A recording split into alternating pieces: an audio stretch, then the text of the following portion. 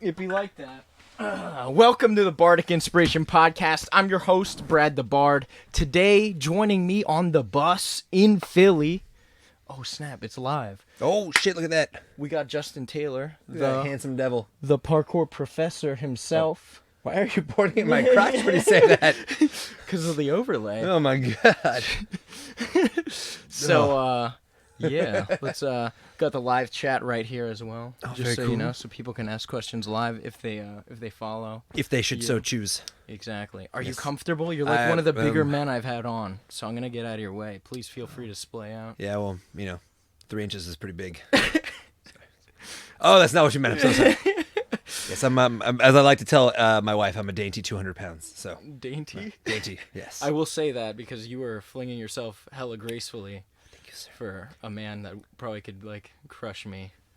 Just in hugs. Yeah. Mostly in hugs. Yeah, bear hugs. Bear hugs. Yeah, man. So you own and operate the Firestorm gym line in the West Coast. Yes, so we have 3 parkour gyms in the West Coast called Firestorm Freerunning. There's Prime, Ultra, and Galaxy, which are our code names because we are very large children. So each of them have a theme with a code name. So Prime is all about superheroes. Our tagline is become a hero. And that's kind of our goals. Anybody who comes in it's kind of funny since we were making jokes about the Joe Rogan experience earlier. He has a whole bit about becoming the hero of your own life story. Yeah. And that is kind of the whole thing for our gym is you're becoming a hero. It doesn't mean you have to become the world's greatest parkour athlete. It doesn't mean you have to become the coolest athlete of, this or that or whatever. In fact, although athletics is the main thing that we do, it's not really what we're about. We're about trying to create awesome human beings who are the hero of their own life story and whatever that means to them. Becoming a better human being, becoming a more active member of their community, just own personal self-improvement. That's awesome. So we've got Prime, which is all about superheroes. Do you get do you get access to Prime if you have Amazon Prime? Oh, wouldn't that be nice? You should reach out to them on technically I charge them more per month than Amazon does per year, so maybe I should do them. But actually, yeah, the only gym that has an Amazon Prime account is Firestorm Prime. So, okay, that kind of makes sense a little bit. We've got Galaxy, which is all about space, so it's very Star Wars. I feel like that would be my favorite one. Is there one? Oh, yeah, look at it. Oh, the Galaxy. Absolutely. So beautiful. And where's that one at? So all of them are in Southern California. Prime is in a place called Santa Ana, which is like Orange County. Nice. You would know Orange County from the show Orange County. The OC. Yeah, the OC, where all of the OC, all those beautiful rich mansions, beach lines, were not shot in Orange County. It's the whole show about the OC, not shot in the OC. It's great. So that one's there. Galaxy is in a spot called Moreno Valley, which is Riverside County, which is like, if you hate all of the really cool counties, I feel really bad saying that now. Someone from my spot there is going to listen to this and get mad at me. But there's basically like Mexico, and above that is San Diego, Orange County, Los Angeles, and Riverside is just to the side of that, just inland. Like and that's east. Yeah, and that's where Galaxy is. And then we have a new one in Orange County called Ultra, which is based off of like My Hero Academia and Dragon Ball Z based and all that kind of stuff. So it's very anime based. That's awesome. Do you have a lot of like the anime kind of featured stuff like they have in the PPK? Yes, but a little differently. So we built the gym to look like a high school. Oh. So you come in through the front office, and the office looks like the office you would see when you go into the principal's kind of office at a school. And as soon as you go into the gym, instead of having cubbies, it's all lockers. So you have a locker, and every locker has like a number and then a different character on it. So it's either a Dragon Ball Z or a My Hero Academia character on it. That's super cool. And you do that, and then the entire inside space is designed to look like a cityscape. Like, in My Hero Academia, how they go to do training once they're at, UA. Yeah. And the whole thing is like a city, and they train inside the city. So we've built it to look like the inside, like you're inside of a giant building with a cityscape built inside of it. Yeah. So you're training on the city as you do stuff. Yeah. You said one of them, we were just kind of looking at some pictures a minute ago. One of them has that Seattle skyline. Yeah, that one's that one. Oh, nice. So we have like a little spot that we call Tower Alley, and it's basically a bunch of big towers you can jump back and forth to and learn to climb up and down. And it works really well for training people because it's all different heights and different types. But yeah, along the whole side of them is like a Seattle skyline, and all the big ones are designed to be painted. My wife actually painted the Seattle skyline, so good job, honey. You're the best. I love you. See, I'm getting all the brownie points right now. Number one. Hashtag. Yeah. Hashtag goals. I remember when it was a pound sign. Which I have the best worst joke on that. Humor me. Okay. I'm gonna get in so much trouble because I was talking to my mom the other day and I was like, yeah, one of the guys there's a podcast supposed to be on it. And she's like, oh, cool, let me know so I can watch it. Now I'm gonna make this joke. I'm sorry, Mom. So you know the hashtag Me Too movement? Yeah. Pound Me Too. Oh my God. How did they miss that? Somebody told me that like a few weeks ago, and I was like, "Oh my God, how did I never think that?" They're like, "I don't know why these women are complaining," but then they're like, "Pound Me Too." And I'm like, oh God, man, someone's doing a really skimpy job on their ad campaign for those things. My God, I love it. But yeah, so we run a bunch of gyms. That's really the whole thing. And you own and operate all of them. I own 70% of all of them. That's so awesome. I have an investor who is this really awesome guy named Ron. Ron's really cool because he taught me everything when I started about business. I knew nothing about business. Mm-hmm. When I opened my first gym, I'd been coaching for 13 years. I knew how to coach. I knew how to run the programs. My first 3 years of my gyms barely just scraping by, not really making any money. And because I didn't know anything about business, but Ron was the one teaching me the whole time. And he was the one who believed in me enough that for my first gym, he gave me $50,000 to utilize in building out the facility and paying for my first and last month's rent. And this next time around, bro hooked me up with a $500,000 down payment on a building. To own it? Yeah, so our big, giant Galaxy gym is 14,000 square feet. It's one of the biggest parkour gyms in the United States. And he put $500,000 down on the building to help us secure that, to make sure we would have it forever. And then he also bought a absolutely insane 22,000 square foot, $4.6 million building and gave us an 8,000 square foot portion to open our third gym. That's crazy. So it's been very, very helpful that I have an investor that really believes in what we're doing, and is willing to put, that money out there to really help us do right. Nice. And for him, as he sees it as a quality investment, both as a business and because we've been able to prove the business model that we can be successful. So we basically, I love the way he does it. He's like, yeah, I'm doing all this stuff because now for the next 20 years, the gym is going to be paying towards the mortgage every month. So he's like, by the time this thing's done, I'm going to get 2-3 times as much money out of it in the value of owning the building, and the gym will be paying for the building every month. So why let somebody else get that equity when we can get that equity? Yeah. That's the move. So you were saying you had been coaching for 13 odd years here. What have you been coaching? You've been doing parkour all 13 years? No, so I grew up doing gymnastics. So yes. I was a competitive gymnast. I did that from 6 until 12, somewhere there. I don't know, 7 to 12, 6 to 12 doesn't really make a difference. And then I broke my spine. Oh my God! So that kind of took me out. What happened? I want to hear the story. Okay, so sorry, I'm bringing you. No, it's good. It's good. Focus. PTSD. So they have a high bar in gymnastics, and you have your grips. You have those grips, that you wear, you see the guys so they don't rip all the time. Leather, right? Yeah, exactly. So they help you kind of hold on and also make sure you don't just, because when you just are going around the bar and around the bar, they just rip off. So we're doing this thing called giants, where you're basically think you're on a handstand on the bar. If this is the bar, you're in a handstand, you drop down, you swing all the way around, you go whoop all the way back up again. So you're just doing these circles, and then in your last one, you build a lot of power and you let go and you do your release move. In this case, we were working on double backflips, and on my second to last swing up, the stitching on my grip ripped, so it peeled one hand off on my way up. So basically I got ripped one arm off the bar, and I basically let go of the bar and went flailing. Ah!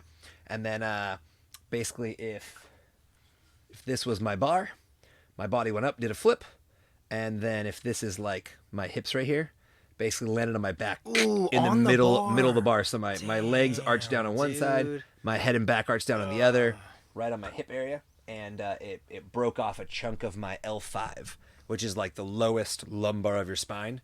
So you got these little nubs that stick out the sides called your transverse process, and they help hold your hip muscles in line. Yeah. And so one of them just clean snapped right off. Like the bone. Yeah. Oh God. So that luckily at that time I was like 12. I was in fantastic shape because I was a team gymnast, so I was training 4 hours a day, like 5-6 days a week.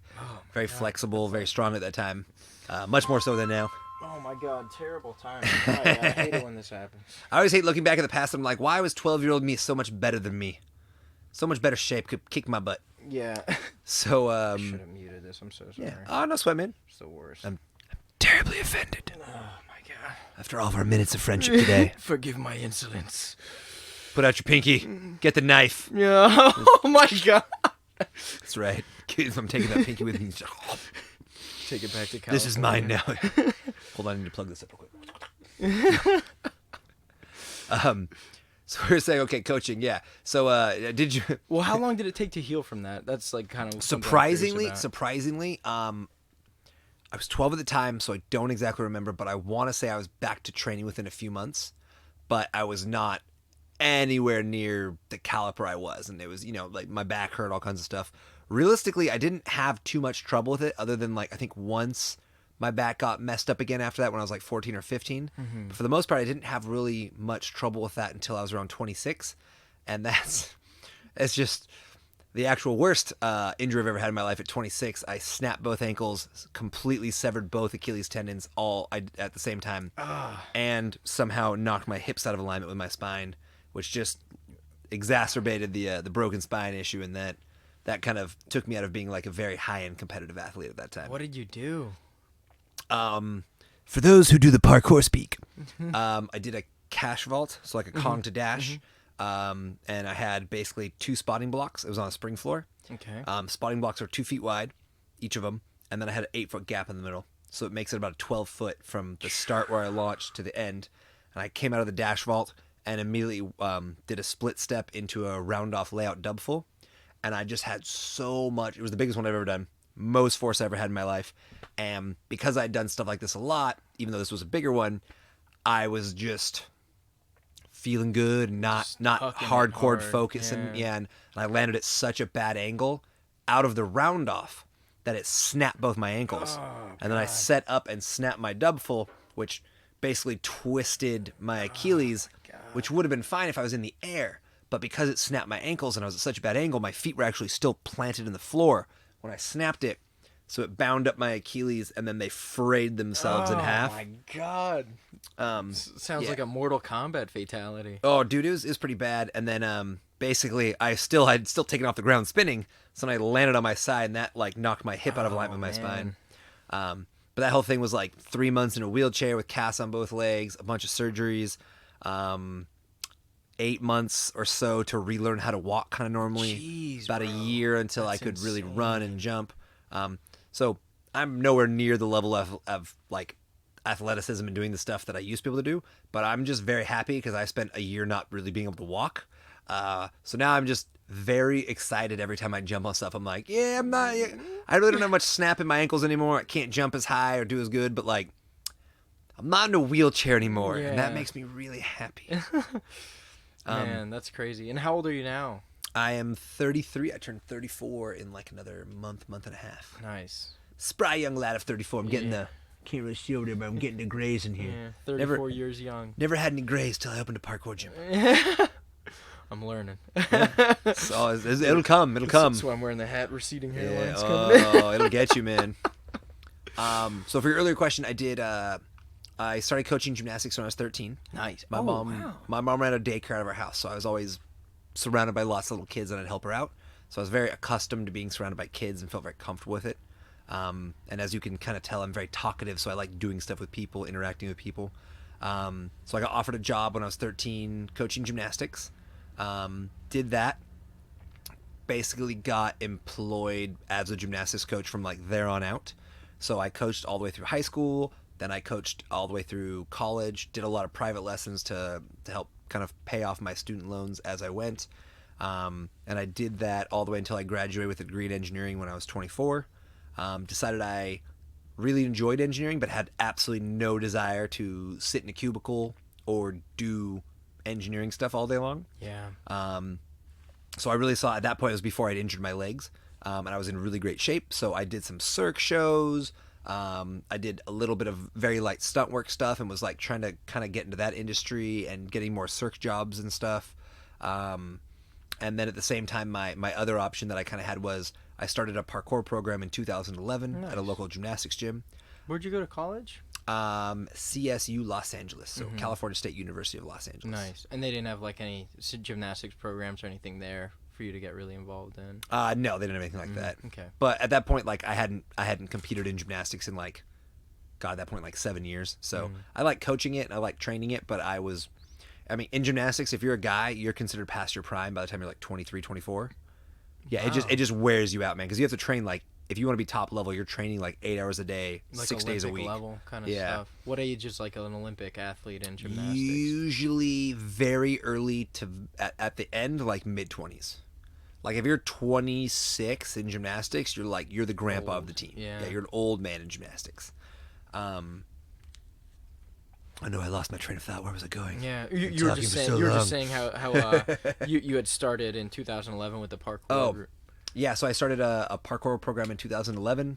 That took off really well, and I was kind of figuring out, where do I want to go? Do I want to really try to... I'd worked with a few other friends, and I was like, do I really want to open a gym? Do I really want to like follow the circ route? Do I really want to try to push to do stunt work? Because I had a few friends that did stunt work, and they're like, it's like a 5-year journey to get into stunt work. Because you have to not only learn all the stuff, but you have to make all the connections, make the friends. They have to recommend you for stuff, and you have to. It's a very like closed group. You have to like very slowly get your way in there. Yeah. Although I was definitely leaning towards the gym because I'd coached for so long, and I really liked the gym idea. And I was really tired of teaching gymnastics, which is very strict. There's only one right way to do everything. Tried to like teach some of my kids parkour, and the owner of the gym got angry. All kinds of stuff. So once I broke both my legs, I was like, well, stunt work and circ work seems not exactly the right path right now. So I think I'm gonna go throw 100% into this gym idea. Nice. And actually, it was one of the... I don't want to say it's one of the best things that happened to me because it was a really shitty experience and it was a very rough time in my life. To be a very outgoing, energetic person who suddenly is like confined to their room for 3 months. But one thing it did do was it forced me to sit down for 3 months since I couldn't go anywhere and I had casts on my legs, and it forced me to build and complete my business plan. Nice. I got more done in that 3 months on my business than I did in the 2 years prior to that, because I stopped, I wasn't going out and training. I wasn't going to hang out with friends. I wasn't doing this or that. I was there, and every single day I was beating away at how am I going to run this business? How am I going to get the money? Where am I going to put it? How am I going to do it? And so that injury really gave birth to the entire Firestorm brand. Nice. Which then, 8 years later, here we are. We've got 3 gyms, We've also got a thing called the West Coast Parkour Championships, which is the second largest parkour competition series in the United States. We got 8 gyms this year. We run these big giant competitions that take 2 days. Everything from... Most competitions have between 75 and 100 competitors. Wow. Everything from little tiny like 7 and 8 year olds all the way up to... Actually, I think I might be the oldest competitor now in most of them. Do you have age brackets? Yes, we do. Talk about those? Sure, we do 7 and 9 year olds, 10 to 12, 13 to 17, and then 18 plus men and 18 plus women. And then the competitions are definitely a lot more like when you go to a big outdoor jam for parkour, which if you've never been, it's just a bunch of giant monkeys getting together and goofing off and playing and making dumb jokes like we've been doing the whole time. Yeah. While constantly trying to like do flips and do crazy shit together and have a lot of fun. So we do that with a competition, but it's very much a competition where everybody's there to encourage one another and have a lot of fun. It's not like, oh man, I gotta beat that guy, or like it's my team versus your team. Yeah. So we do teams though, which is a lot of fun, but it's more of like a playful rivalry between various gyms or street teams. Yeah. And then we break it into 3 main categories. So you've got speed, where there's 3 obstacle courses. You're running from point A to usually point B as quickly as you can. You get a couple of attempts, and then you're fast as time goes. And usually, for those, we have 3 various types. There's like a hot lava course where everything's above the ground. You can't touch the ground. The ground is lava. As Daniel Tosh would say, if you played that game when you were a kid, that meant your family was poor. Yeah. Mom, why don't I have an Xbox? The ground is lava. We do a hot lava course. We do a speed course, which is just straight line like A to B as quickly as you can, a couple objects to get over. And then the last one we do is touch points, where there's 5 touch points around the gym. You get to start at whichever one you want, and you have to touch all 5 points. And when you touch your 5th point, clock ends. So you do speed courses. You do skill challenges, which is a lot like the Roots course that's going to be going on tomorrow over here at Pinnacle Parkour. Mm-hmm. Are you going to be competing? Oh, absolutely, man. Oh, man. I'm going for that 18 plus category. See 7-year-old just take out his kneecap. Like, got to make sure you don't let me look bad.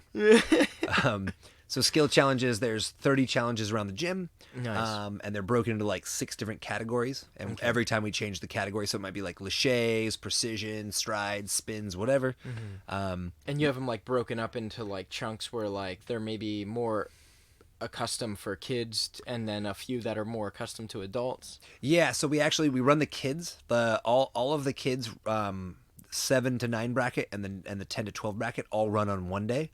So we'll have 30 challenges unique for them, 3 speed courses unique for them for their like size. Nice. And then they only like the 7 to 9s only compete against the other 7 to 9s. So when you do the skill challenges, there's 6 areas around the gym.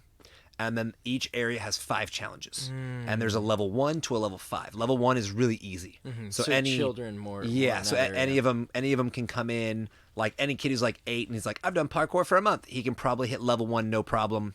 Level 2, he might struggle, but he can get it.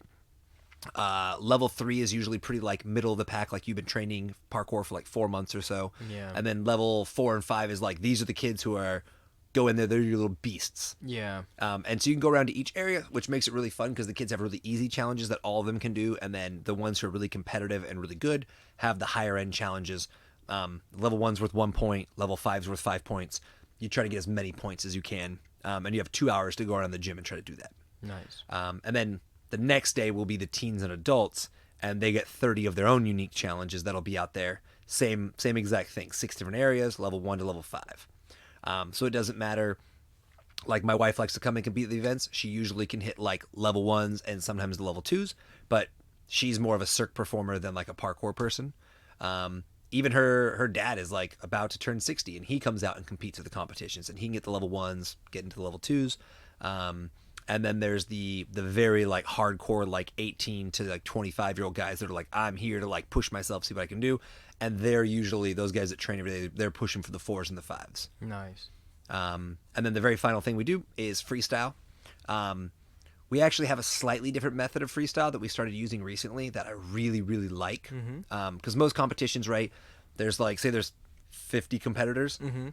I mean, that'd be a lot. Let's say like 30 competitors. So there's 30 competitors, and they'll get called up one at a time, right? They call your name, you come out, you got 30 or 45 seconds to throw your biggest run. Yeah, like Art of Motion and stuff.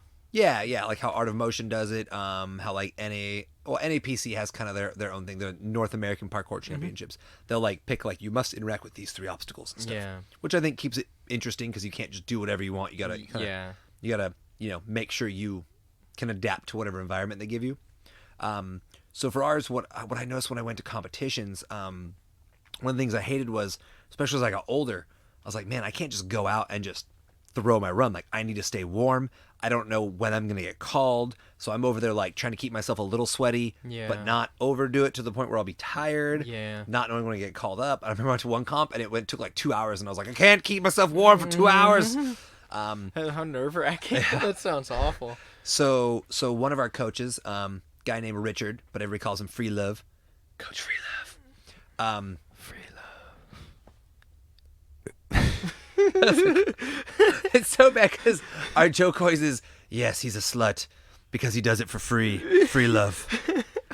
Well, I mean, if he paid for it, he was a whore. Yeah, I'm a horrible person. This is what happens when you work with children all day. You have all these inappropriate thoughts and comments you want to make. You got to just cram them down until the children all leave, and then you're like, let it all out. All the worst stuff comes out at the end of the day. My mom's sitting there going, Justin, and my dad's just like, it's like, I know what happens when mom's not around, Dad. You make all the inappropriate jokes too. Where do you think I got it from? So Free Love came up with a really sweet idea that we incorporated and we've really, really liked and we've incorporated all of our competitions. So we call it a freestyle jam. So what basically happens is, say you've got 30 competitors, they'll get 20 minutes to go out on the course, kind of spec out their run, what do they want to do, warm it up, try it. When the 20 minutes is up, we make a big call and we're like, hey, we want 5 people to volunteer who want to go first. Because there's always some people that are like, I got it, I'm ready, I want to go. Yeah. Other people are like, oh, I'm still not ready. I'm trying to figure out this line exactly. So those people who say they're ready, they come up. The 5 of them do their runs. They get their scores real quick. And they're like 30-second sprints. Yeah, 30 to 40 seconds, but like very few people. Like some people are done in 10 seconds. They come out, they hit like 3 or 4 moves, they're done. Other people are like, I'm doing like everything I can. But of course, the downside with that is the longer you go, the better chance you're going to mess something up. Yeah. And with our competition, and you're going to burn more out. You're going to burn steam. Yeah. More. Like, yeah. Yeah, and you start getting towards the end, you start crashing stuff, you don't stick it very clean. 100%. And my background's gymnastics, so I care more about, I'd rather see a flip that you stick precisely or you roll out of because you choose to roll out of than somebody trying to huck a dub full and crashing on their side or like barely making it around to their face. Yeah. Jeez. So I'm all about execution more than just hucking the big tricks. So like, have you seen like 10-second bursts that would beat like a 30-second burst? Yeah. Actually, these 2 guys from Forge Parkour. Up in Portland, Oregon. Really beautiful facility. Only parkour gym that I know of I'm sure there's another one in the world, but the only one in the U.S. that was built from the ground up. So they built the building and built their gym inside. And they have some insanely nasty athletes. And so one of their guys, his name is Max, but I don't know his last name. And so Tyler's out there going, it's Max something or other. That's his training partner from there. And he, last year at this competition, his run was like 8 seconds long, maybe. Swung from a bar, did a double backflip onto a platform, immediately front flipped off the platform to the ground, did a crazy wall, I think back full twist, and then turned, ran to our spring floor and did a round off double back. Whole thing took like 8 to 10 seconds. I think he took 2nd place. Nice. Yeah, so you can do them short and do really well. The thing that works really well with this style is those people get to volunteer what order they want to go. So like 5 people run up and like, I want to go. They do their runs, and then it opens up for 5 more minutes, and only the competitors who haven't gone yet, so those 25 people are still left, they go out onto the course and they get to keep working on their run. And even if they're not working on their run, they can keep moving to stay warm, keep themselves from like, tiring out and getting cold or whatever. So they keep themselves nice and loose. They get 5 minutes to keep practicing their run, anything they need to do. And then when we go, okay, we want 5 more people, whoever thinks they're ready runs over, gives them your card. Those next 5 go. Then there's 5 minutes of like keep moving, keep yourself going, practice your run. Next 5 go. So instead of just sitting there waiting for your turn, you get to volunteer. So you get to go in the order that you really want when you're psychologically ready. And you have those 5-minute things in between to keep practicing and to keep yourself nice and limber. Nice. So we've found that works really well as opposed to just sitting there waiting for your name to be called. Do most of the athletes really like that format? It definitely seems like we kind of showed it off for the first time this last year at the finals, and a lot of the athletes seemed to be very happy with it. I know I was very happy because my run wasn't 100% ready in the very beginning, so I got to wait a second, work on it one more time for a few minutes, kept myself like nice and limber and loose, and then go when I was ready. And again, like I said, the older you get competing against all these like 21-year-old kids and stuff, the more I'm like, yeah, I need to stay limber. Definitely want to make sure I'm ready to go. Yeah. So it was a lot of fun. No doubt.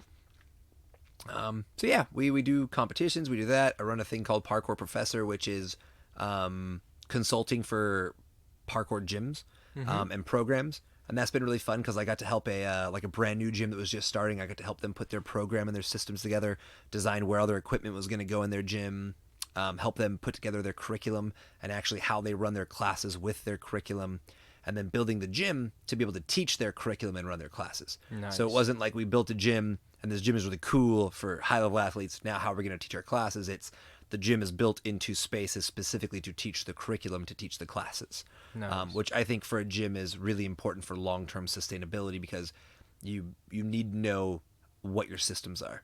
And this is where I get really boring because I love systems. My background is engineering, not real engineering because I've never actually been an engineer. Went to school, got a degree in engineering, and then opened a parkour gym. Like mechanical engineering? For industrial. Nice. So So, you're really good at systems. Then. The whole idea was, it's like factory systems, how to run them for quality control and all that kind of stuff.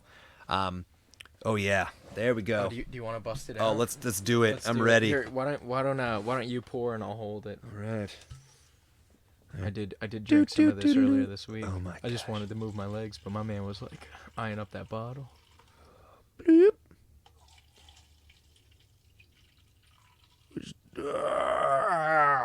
I'll let you take that one. Yeah, my man. Very nice. Cool. So yeah, you were saying about the there we go. Yeah, get comfy, baby. I swear you're like the most like relaxed dude. I've never had a guy just like splay out. I'm loving it. Oh, dude. I'm like so happy that because most people are like, oh, like I've had 2 guys on here and they're like this, and it's like, bro, just like relax, like expand in this space, like get comfortable. I can sit God. I can sit like this all day. Like I do jujitsu. I'll try Yeah. to choke somebody for hours. I got in trouble because I did a what's it? Not stand up comedy. What's it called? Improv. Oh, I got man. asked by a friend of mine. He's like, "You got a lot of crazy stories. We're doing this improv thing where we're doing a bunch of crazy stories." And he runs an improv group, so he's like, "Do you want to come out and be part of our improv show for a night?" And I was like, "Cool. I've never done that. That sounds awesome." I was like, "I want to get up and say a bunch of dumb shit in front of people." Can you give us like an example of one of your improv stories? Oh, I mean, I can try. Yeah, but let's go. I got reamed out because a bunch of the coaches from my gym came. So I was like, "Hey guys, I got asked to do an improv thing. Do you guys want to come?" They're like, "Yeah, we want to see you make a jackass of yourself. That sounds awesome." So I immediately got there, and it's me and 3 people sitting at a table. First thing I did was take off my shoes and put my feet up on the table. Like, what are you doing?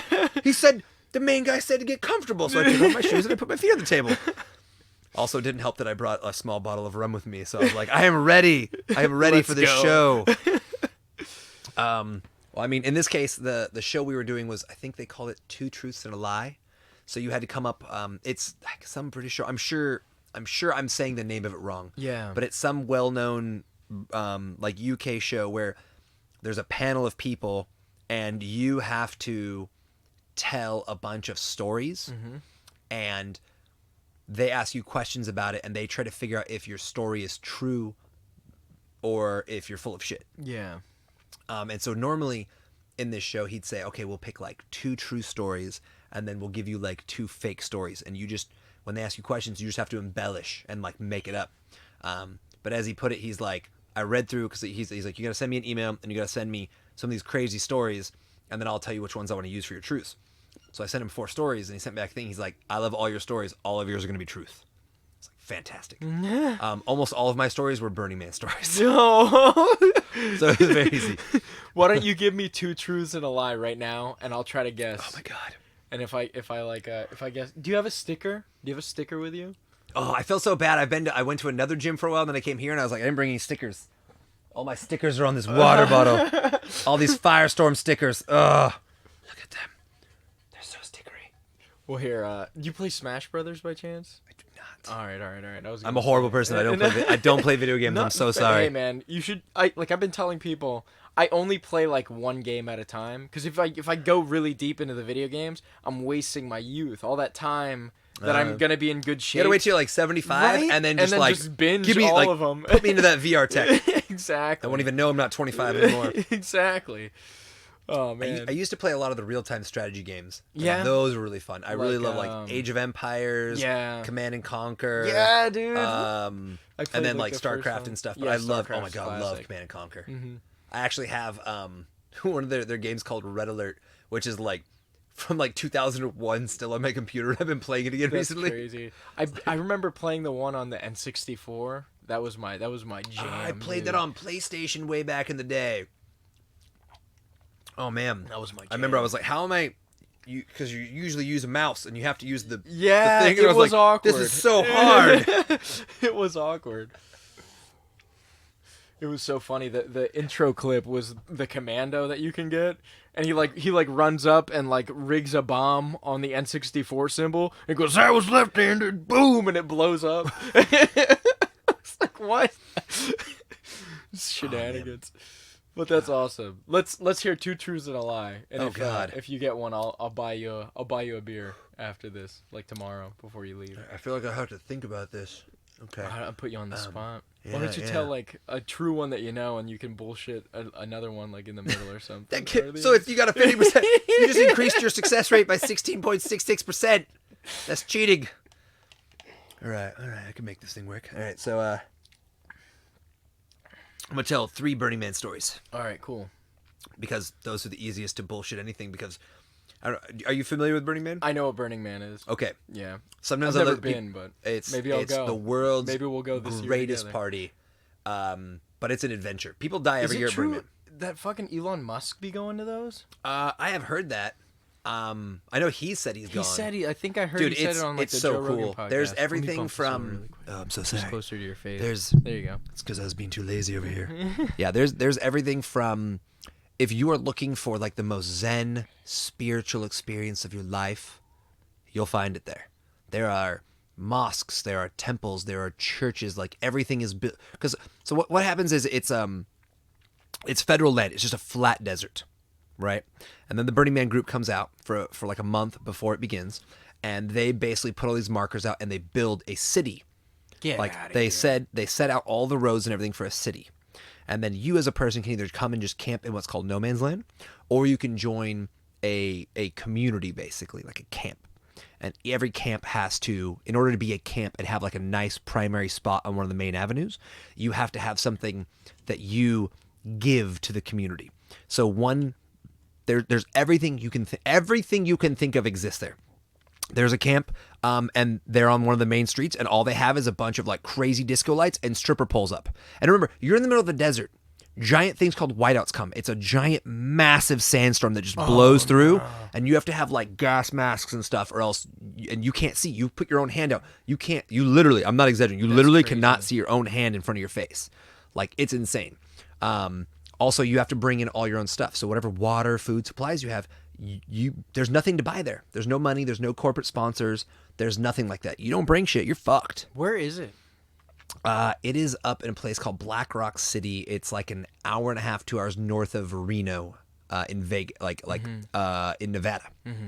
And when this city is built, it is the second largest and most populated city in all of Nevada for the 1 week that it exists. So it goes from a population of 0 to a population of 90,000 people for a single week. It is insane. So you can find everything from temples. You can find giant, like, I stumbled across a furry stripper den. Nice. This isn't two truths and a lie right now. This is just telling you some stuff.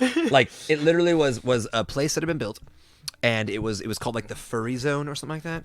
And it basically was a bunch of stripper poles built inside of like this giant tented structure where they had people in full furry outfits doing like strip teases and stuff. They were in furry outfits. Dude. Yeah, like, it you know, like furries, like head. no, like the brony. They were like full, like I am the brony. But they didn't have like just the head and no, full body, no? dude, full body. All right. They also, so in addition to all this crazy stuff, so like there was a camp that they put out a giant roller disco rink, and they have hundreds of rollerblades for you to come, and you just go find your size, you put them on, you go. They had a place called the Costume Cult, which you wait in line, and when you get to the front, you go inside, and they have thousands of different like crazy costumes, and you get to pick one out. They just give it to you? Yeah, it's just everything. Everything is free. Money doesn't exist at Burning Man. Using money is one of the only like cardinal sins that would get you kicked out of there. And so like I went with a bunch of friends. We all got caught. We found 4 matching, like, you know, the one piece girls bathing suits. Yeah. They were those, but in the shape of like a bee. So you were a bee. So it was 3 guys and a girl. We all grabbed those, put them on, and that was all we were wearing. And then when you come out though, so you go into the side, and when you come out, you're right in front of one of these big main streets. And they had a big giant cat walkway, and they'd put on music, and they'd go, introducing, you know, and then a person would talk about your costume, and you would have to strut it down the walkway in front of hundreds of random strangers that came out. That's crazy. They also have this spot called Slut Garden. Slut Garden is where they host the Sex Olympics. The Sex Olympics are a series of competitions held for a few hours on one day at Burning Man, where you compete in sexual debauchery. That's crazy. So tell me a story. They have I may have a gold medal from Slut Garden hanging on the wall of my room. Mom, stop watching the show now. That my wife and I won. We got a gold medal in the face hitting competition. Nice. So anybody can volunteer to compete, and you're literally doing this in front of a crowd of like 500 people. In the middle of the fucking desert where everyone's wearing like these crazy costumes and stuff. They be like going in like the Mad Max get Oh, dude, Mad Max. There's what are called sparkle ponies, which are... Sparkle ponies are people that are like, I don't want to take care of myself, so I'm going to dress insanely hot, all sparkled out, covered in feathers and all kinds of insane shit, so people will take care of me. They're like the girl at the club when you look at it and you're like, girl, you trying to look hot as fuck. You trying to get some. I know what's up. Guys and girls like that, the whole nine. So we go in, and my wife and I are like, okay, we got to get into this thing. So we run up there. We're like, we want to compete. Like, cool. So what they do is they line, there's probably like a dozen couples that have lined up. And basically all the guys line up on one line, shoulder to shoulder, but leave a little space in between each person. Like girls naked? Line up. No, you don't have to be naked or whatever. Some you do, and I'll explain that in a second. So for this was one of the most tame ones they had. Okay. There's another line about 8 to 10 feet away where all the girls line up. Or if it's a guy, girl, whatever, you're but generally all the larger people on one side, smaller couple, person on the other side. And they go 3, 2, 1, they hit a buzzer. The guy has to stand there without moving. The woman has to run over, climb up the dude, and straddle sit on their face. And the first person to fully climb up and straddle sit like vagina to face becomes the winner. So I'm an acrobat. My wife's an acrobat. She's also about 105 pounds sopping wet, like 5'3", shredded, no body fat, little tiny thing. Yeah. And so she just runs up, puts her hands on my shoulders, jumps, and I give her a little pop with my shoulders, and she just straight. She doesn't climb me like everybody else is trying to climb their man. Nah, she just jump, whoop, legs come around, or almost knocked it over, and think, just straddles this bunk onto my face, and they're like, it was like 2 seconds. Okay, you guys win. Nobody else even close. That's crazy. But they do. Oh man, yeah. Slug Garden's a crazy place. They do a ball judging competition. So like all these guys can come up and you take down your pants, and they have a group of girls that come and they inspect everybody's balls and decide who has the nicest balls. The dick has nothing to do with it. Nope, no dick. You have to grab your dick and hold it up out of the way, and they judge your balls. That's amazing. There was one camp there, was so cool. They do bicycle jousting. So they have a whole night themed camp. You come up and when you watch jousting and it's the guy on the thing on the horse and there's a little divider wall. They have a little divider wall, and because in Burning Man the way you get around is on bicycles. You come out, they give you some fake body armor, and they give you these big jousting they're just big old sticks with pillows wrapped around the end. And you and some random fucking stranger line up on opposite sides, and you ride your fucking bikes at each other, and you just joust the fuck until somebody's ass goes straight into the dirt. People get fucked up. No doubt. They build every year they build the Mad Max Thunderdome. Thunderdome, yeah. Full Thunderdome with the bungees and yeah. giant, massive, hardcore foam weapons. And you bounce down, you go flying through there, and you beat the shit out of somebody. A buddy of mine actually because you get in line for that, it takes hours to get to the front. But he fucking did it. And he's like a 6'2", 225-pound thing, and he got in there with a giant foam sword and just beat the living fuck out of some dude. I felt bad watching. I was like, oh, I wouldn't want to go against him. It's like, oh, that's a problem. Oh yeah, man. That's crazy. But Burning Man is definitely. It's not some people are like, oh, that sounds like a cool vacation. No, it's an adventure. It's an adventure where somebody dies every year. Hundreds of people get flown out via helicopter, taken to the local city, out to Reno for the hospital and stuff. That's crazy. I was there one year when some girl got all of her fingers and her hand cut off. For what?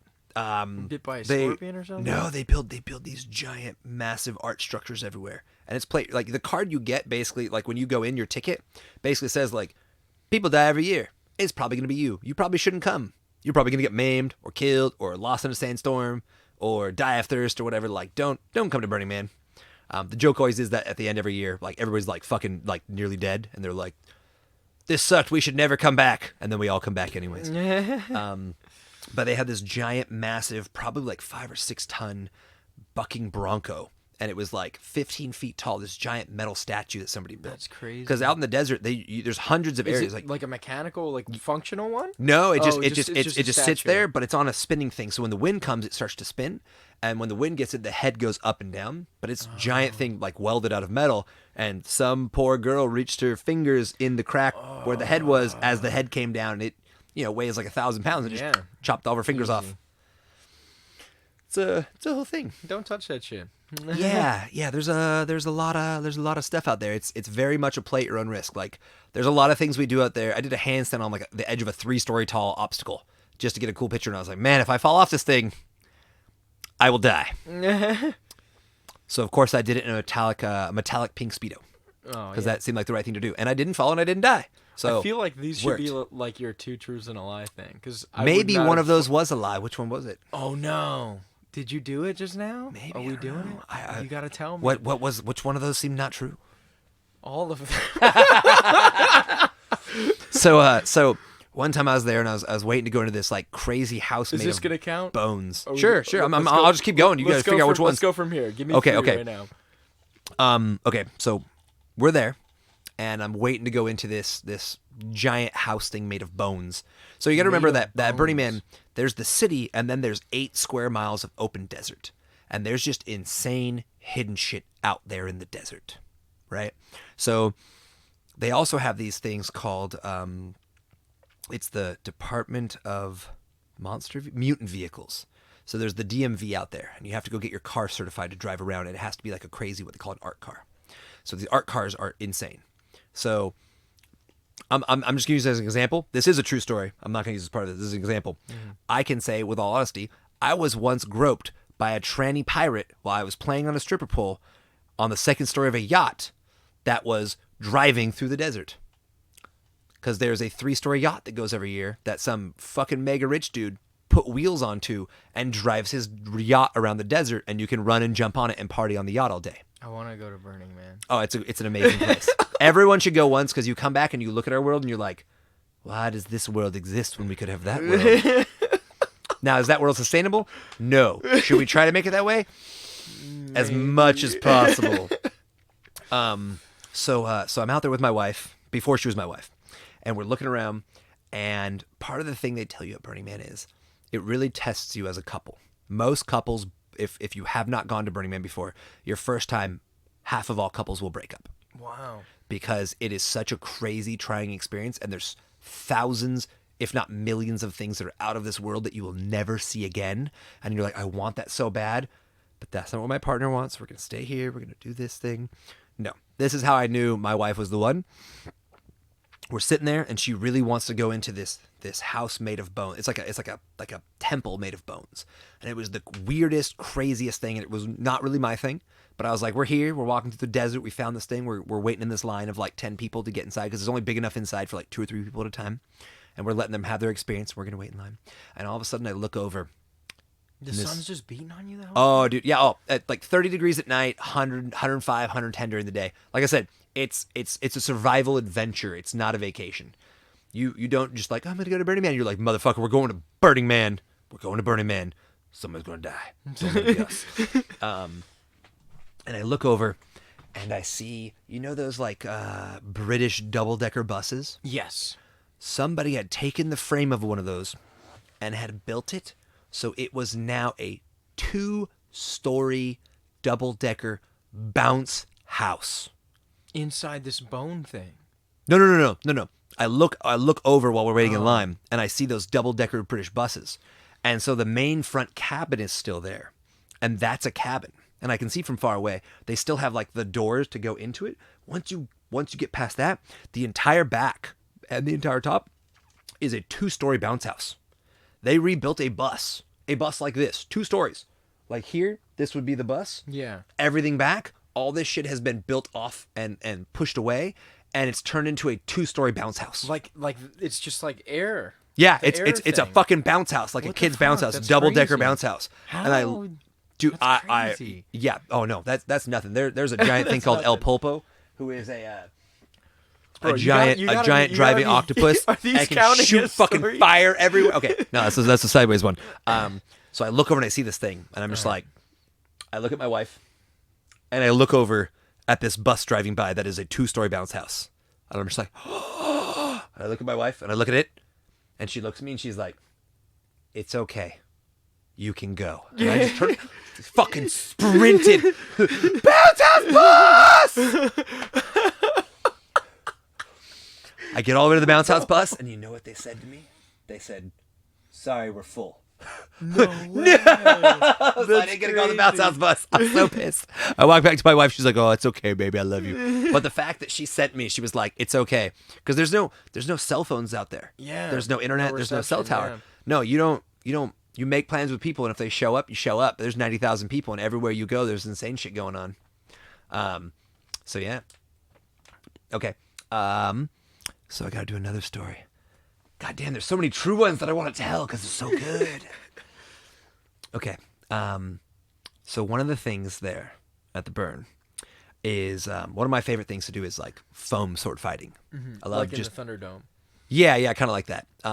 So I have this Roman gladiator costume my wife got me, and I went out to Burning Man and I brought myself a little A-frame sign, and I got into one of the busy main streets where everyone's biking by, and I put a sign out that says, "Who would dare to do battle with me?" And I'm wearing my Roman gladiator costume. I've got a bottle of rum in one hand, and I've got my foam sword over here. Actually, no, I don't. I got it in here because I've got a megaphone, and I'm basically yelling at people to come fight me. I'm like, but I'm in this stupid accent. I'm like, "Come to me, ye fucking bitches, and fight me." Take a swig of rum, go back to yelling at people. And so I would get people to come up, and they were like, okay. And so I'd have an extra foam sword. So I'd set down my stuff, and I'd take a foam sword, and I'd kneel down and hold up my foam I dub thee my challenger. I would wait for them to take the sword from my hand. And they would take the sword from my hand, and I would stand up, and I'd pull out my sword, and I'd yell out my battle cry.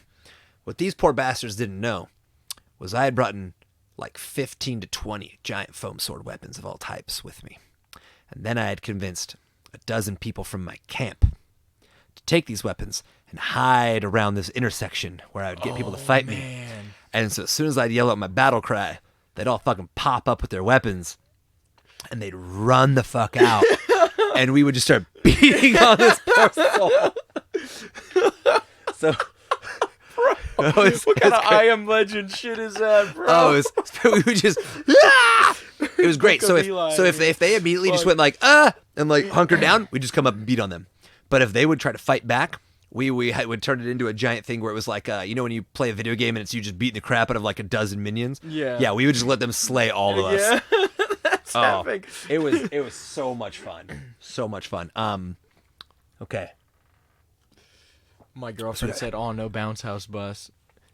Oh, girl, you need that bounce house bus in your life. Yeah, we're going to Burning Man this year with Justin and his girlfriend. You know what? Actually, this is the first year my wife and I were doing our... Forgive my insolence. Don't tell her about my girlfriend. I'll get in trouble. Oh, my God. Oh, my God. Shh. Actually, this is the first year that we're doing our own little baby camp. We're doing going to No Man's Land with like 8 or 10 friends, and we're gonna build our own little tiny baby camp. Wow. We're gonna take our little bus. Oh, be ready nice, to go. nice. Yeah.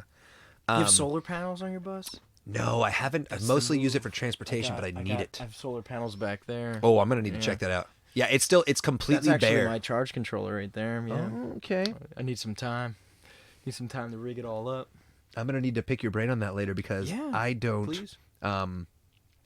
I don't like mine is complete. It's just an empty shell right now. Yeah, like it's cool. it's bare bones, ready to go. But mostly I've driven it around and I just be like, okay, I'm gonna take this dresser with me today. Like put the dresser against the wall and just use some ratchet tie downs and like lock it to the wall. And I'm like, this will work. But I need to learn some extra basics you got. Yeah, there's I don't know if I would call those basics, but Well, I mean, okay, sorry. Mine was the basic. I need to learn your more advanced stuff. Yeah. I need to get the electricity. Yeah. Like mine, I didn't have the time to gut it besides like the seats and the like the air conditioning units and the heaters and stuff. Yeah, those are good though. I just I needed power more than I needed it to be comfortable. So I was like, all right, we need to get this stuff rigged up. Need the electrical. Wait, if you got the solar panels, and you got the charging batteries, why are we plugged into the gym right now with an extension cord? Because the winter is cruel and the sun, she doesn't come out this time of year. Acceptable answer. Okay, so that's 2 stories right now. We got the foam sword fighting.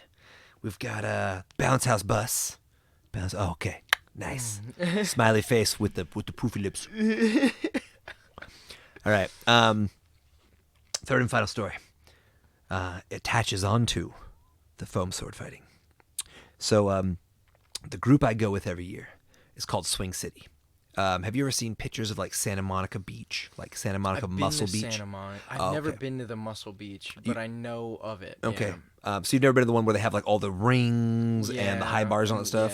Yeah. I've seen it, but never been there So myself. So the group I go with every year, they are the people that run that run Santa Monica Muscle Beach. Cool. That do all the swinging rings. So the guy who's the leader of our camp, he's actually the guy who's like works with the city to maintain all the equipment down there. Oh, that's super cool. So when we go to Burning Man, our group, we build this giant Swing City thing. So there at Swing City, we have this big giant communal shower. Because if you can get a shower out at Burning Man, it is like the greatest thing ever. Because you're out there for like anywhere from like 7 to like 10 days, and there's sandstorms and dust, and like even when you're like, hey, what's up, pretty girl, you want to get nasty, and you're like, but we're all covered in dust, this is gonna get really awkward and little gross. Nasty. Yeah, so nasty. So we our group had built this big communal shower, right? So that meant like 20 to 30 people at a time jammed into this thing. They spray you with water. They spray you with foam. You lather. Your eyes roll. It's burning. You lather everybody down around you, and you're like lathering somebody. You're like, oh, I didn't want to touch that. Oh God, that being somebody's big old dick or whatever. Yeah. Then they spray you down with water, and you come out. And then what you do is you coat yourself in coconut oil. That's how you stay like nice and hydrated. You just take coconut oil and you just fucking rub that shit all over you. Makes your skin feel good. So. Justin with the life hacks for Burning Man. # desert survival. So you're going to find a coconut and crack it open. And when you're done drinking it, you rub it all over yourself. So when we finish doing this thing, by the time 2 or 3 groups have taken showers, we've now got the better part of like 50 to 60 fully naked, glistening, covered in coconut oil acrobats. Because everybody that's in our camp are people that train at Santa Monica. So it is just tons of like the most ripped, gorgeous men and women you've seen. So every year I take a megaphone with me because I've discovered that I love heckling people. And at Burning Man, you can get away with whatever you want. So I can just bike around and yell at people. My favorite thing to do those, in our camp, I heckle people when they try to play on our swinging rings and stuff. But when I go around, I do drive-by compliments. I'm like, you look lovely today. Keep it up. Mm-hmm. You know, yell at people. It's really fun. So I have my megaphone. With the rum? Oh, you always have to. Just constant rum. Yeah. Fueled by rum. We took a little cart with us and we actually built a bar into the back of it. Like, we just go around, set up our little bar, and we just make drinks for people. That's awesome. Burning Man has like 3,000 to 4,000 bars. It's all free. There's no cost, but tickets are like $500, and all your other stuff is like $500, and you got to like travel there, so it's expensive. So you buy a ticket out here and they bus you in?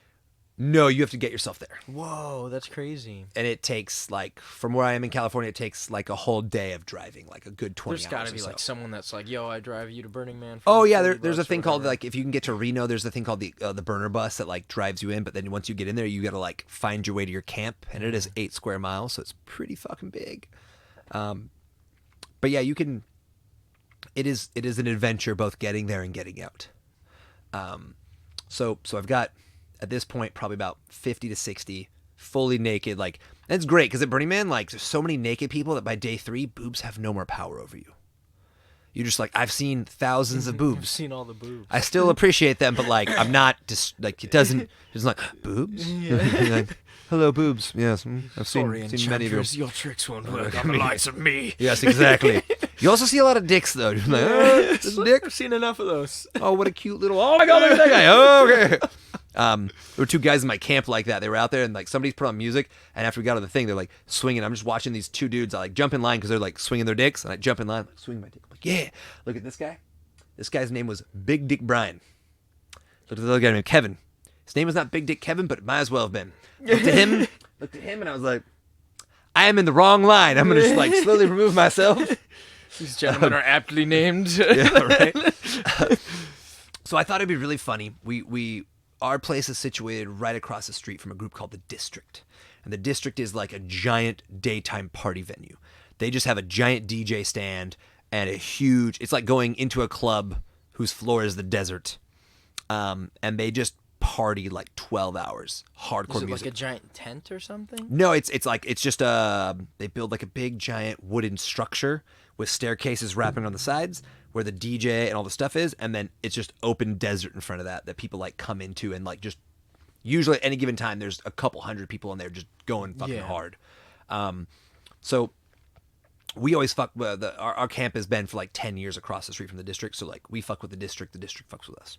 So I'm there, I've got all these people, I've got my megaphone, and as a joke I'm like, all right guys, we're going fucking streaking, let's go! And I yell at my megaphone, and I just start running, because our shower's in the back of the camp, so I start running through the front of our camp where our like swinging rings are. We've got aerial silks. We've got all kinds of crazy stuff up there. And you let other people like come into your camp? Oh yeah, no, that's the thing. You can't not let people in your camp. Every camp has to have something. Ours was a giant like Santa Monica play structure, bars, swinging rings, aerial silks. There was a sear wheel dance floor, slack lines, like all built onto this giant rigging structure. So I'm just like saying this as a joke. I start running towards the front of our camp. I look back. There's a solid like 35 fucking people. There's like, yeah, running after me. I was like, oh my God. So I run there. I run directly across the street. I've got 35 glistening coconut oiled naked acrobats following me. I'm like, oh my God, this is happening. So then I run across the street and directly like climb over one of the little walls, get into the district, and I land, and all the acrobats come all over for me, like right behind, like climbing over and drop down, and we just go streaking through the middle of like these 150, 200 people partying it up, and we're all fucking naked and glistening. We just run through. And that's just cool. And dude, oh yeah, you can do whatever the fuck you want, Bernie Man. Every town or every like camp is like naked's a thing. Oh yeah, dude. There's an entire place called the naked bar, and you go in and it's one of the bars, and the rule is you have to be naked. You can't go into the bar and get drinks if you're not naked. So my wife and I wait, take off all your clothes, walk inside, get a drink, hang with other naked people, leave. But we fucking ran through the whole thing. We ran up the stairs and we ran through the DJ set, and the DJ literally turned off his set, was like, "All right, well, say hello to all of our friends from next door. These are all the naked acrobats from Swing City. Say hi, everybody." We're like, hi. Just goes back to DJ. We ran back to our thing. We ended up doing that for 3 years in a row. Got giant naked streaking parties to go through there and do this. It's fantastic. All right, so we got bounce house. We got foam sword battles. And we got naked streaking. Which one is it? I don't believe all three, and I believe all three simultaneously. Oh my God. It's hard. Let's say You can ask questions, remember? It's okay. The foam battle ones, the lie. You think so? Yeah, I'm locking it in. Final answer. It's a truth. Damn. Were they all three truths? Yes, they were. I was like, I can't make up a lie. That's too detailed. Too detailed. Oh my God, though. That's crazy. Burning Man's a hell of a drug, man. When I did one of those foam sword things, there was a woman dressed as a nun who and because everyone is dressing up as whatever the fuck they want. There was a woman that was dressed as a nun, and she had a giant picket sign saying "You're going to hell." And she was picketing the district next door, the party venue. And she was out there, "You're going to hell!" Like, she's just having, like obviously she's playing. She's having a great time. Yeah. But she dressed up as a nun and just went around picketing people. Just going up to people's random places and just picketing against them. And so she looks over and she sees me, and I'm in the position, one of these foam sword battle things I was doing, where I'm kneeling down, holding up the foam sword, waiting for somebody to come take it. She looks over and she sees me, and I can see her out of the corner of my eye, but I don't want to break character. And I'm like, oh my God, what do I do? I can see her over there. I can see her right there. Oh my God. Just stay still, Justin. Maybe she'll leave you alone. And she comes over and I start hearing go like, "The Roman gods are shit. None of your gods are real. You're going to burn." God. And so she comes over. Now here's what I didn't realize until she got closer. Full nun outfit. It's like 105 degrees outside. Dude. She's in a full head to toe nun outfit. She gets closer. She reaches behind her back and starts pumping something. I was like, what is she doing? She turns. When she turns, what I notice is not only is she in a nun outfit, she's wearing a foot-long golden fucking strap-on. She's wearing a foot-long dick. And she reaches behind, she starts pumping. She's got a water pump back there. And it starts spurting water. And she starts peeing her fucking dick on me while I'm like, Harley, what do I do? So she's just peeing on my head. And I'm like, I don't know what to do. So all of a sudden, I hear my wife pop up and she's like, "Let's go!" And the 12 fucking people run in and start hitting this fucking nun. And this nun starts jumping around with her fucking dick in her hand. She's pumping her thing behind her back. And she's trying to pee on everyone. And we're trying to hit her with foam swords. And I was just like, this is Burning Man. That's the lie. No, that's also true. That's all. I can't tell lies about Burning Man because no lie could be as crazy as like the truth. It's crazy, man. It's a great spot. Another one. Oh boy, this is a late one. Oh, what's up? Avocado Atrocity is a longtime podcast fan. It's been a while. What's up, my man? Hello, Mr. Atrocity. Whew. So, I like how we started this with like parkour gyms and business systems, and we run parkour competitions, and now I'm like, let me tell you about the nun with her golden dick. I'm an adult. I wouldn't have it any other way. Oh man. Yeah, the problem with talking about Burning Man is you really get stuck on Burning Man because it's just Oh, like man. I could talk about it I wanna for go 2 days now. straight. Oh, you should go. It's so cool. Like It's I'm $500 not even doing it justice. Yeah. So here's the hard thing though. You have to go beforehand, and you have to go onto burningman.org, and you have to create what's called your burner profile. So it's like logging on to any site. You got to create your profile, and you have to when you get your profile, they'll send you a thing saying, "Hey, we're gonna send you a thing 2 weeks before tickets go on sale. You got to go on there and you got to click saying, yeah, I still want to go." They basically make it a little difficult for you to go because the problem is there's 90,000 tickets, and last year they sold out in 90 seconds. Wow. So usually there's about 250,000 people That all trying to get pre-reg, tickets simultaneously. Yeah, that pre-register for it. And even at $500 a pop, it sells out. Like that. Like, Yeah. Yeah, that's the one. I can't. So what's your do hack? this. What's your hack for getting them on time? You There just stay up isn't. online and Oh yeah, you're there. You're ready, and as it counts down, you just click refresh, click refresh, click refresh, click refresh. If you don't get one, there's always some that come up for sale. The crazy thing is, people resell them. yeah. There's always people. And if you join, it's like an industry. if you're part of a camp, any camp that's accepted and is given like a location to be, they will get a specific amount of tickets from Burning Man themselves to then give to their members and stuff to make sure that they have really cool spots. You bring your own camp. Like you're responsible for setting your town up. Or your Oh yeah, camp? you're giving us a bare spot next to one of the streets. Like they put street signs up. They build a the only thing that they do is they put up a radio tower so they can you can turn on your radio and hear information about what's happening. They build the world's only temporary airport that lasts for 7 days. Out there in the desert, and they drive little like 12-seater Cessna things. What? So people that have lots of money can just fly in, which is really good. But it's really cool because there's always dozens of people every year that the Cessnas fucking fly over and they parachute in. That's cool. And they skydive in and stuff. So that's really fun. That's super cool. But yeah, you got to get with your camp and you got to come in and you're given a blank And space. you guys still have to pay though. Oh yeah, no, everybody still has to pay. And then usually if you're with the camp, you got to pay camp dues to be part of a camp. Because the camp has to bring something. So you're already paying $500 for your ticket to get there. But Burning Man doesn't put on anything other than building the big giant, the thing you've probably seen a picture of called the Man. It's like a giant, usually like a 40, 50 foot tall dude. Yeah, like and they made and of they, twigs and yeah, and then they burn them on the second to last day. World's biggest party. 90,000 people going fucking nuts for 4 to 6 hours around that burning So the dude. move is not to get bombed until that night because you got to experience that night. The hardest part, so I've taken friends with me, and it's their first time, and I tell them, here's the deal. We'd get there, and it's Tuesday night. And they're like, oh my God, this is the most insane thing I've ever seen in my entire life. We have to go. We have to get out there. We got to do some shit. We got to get crazy. And I'm like, I understand. I understand your frame of mind. You have to remain calm. You have to choose your battles, if it were. You need to slowly build up. You need to sleep a lot, drink a shit ton of water, because it only gets more and more insane. The city doesn't fully get built until probably Thursday night. Then Saturday night is the world's largest party. And I don't mean that oh, it's a really big party. That's the I mean, night they burn it? That's the night they burn the Man, and every single person in the whole city gets there. Alliteration admirer. Mm-hmm. I don't know if that was me or him, but I'm gonna pretend it was me. Yay! But yeah, and it just gets crazier and crazier. And then on Sunday night, they actually burn the temple, because the only two things that Burning Man themselves builds is a giant, massive temple.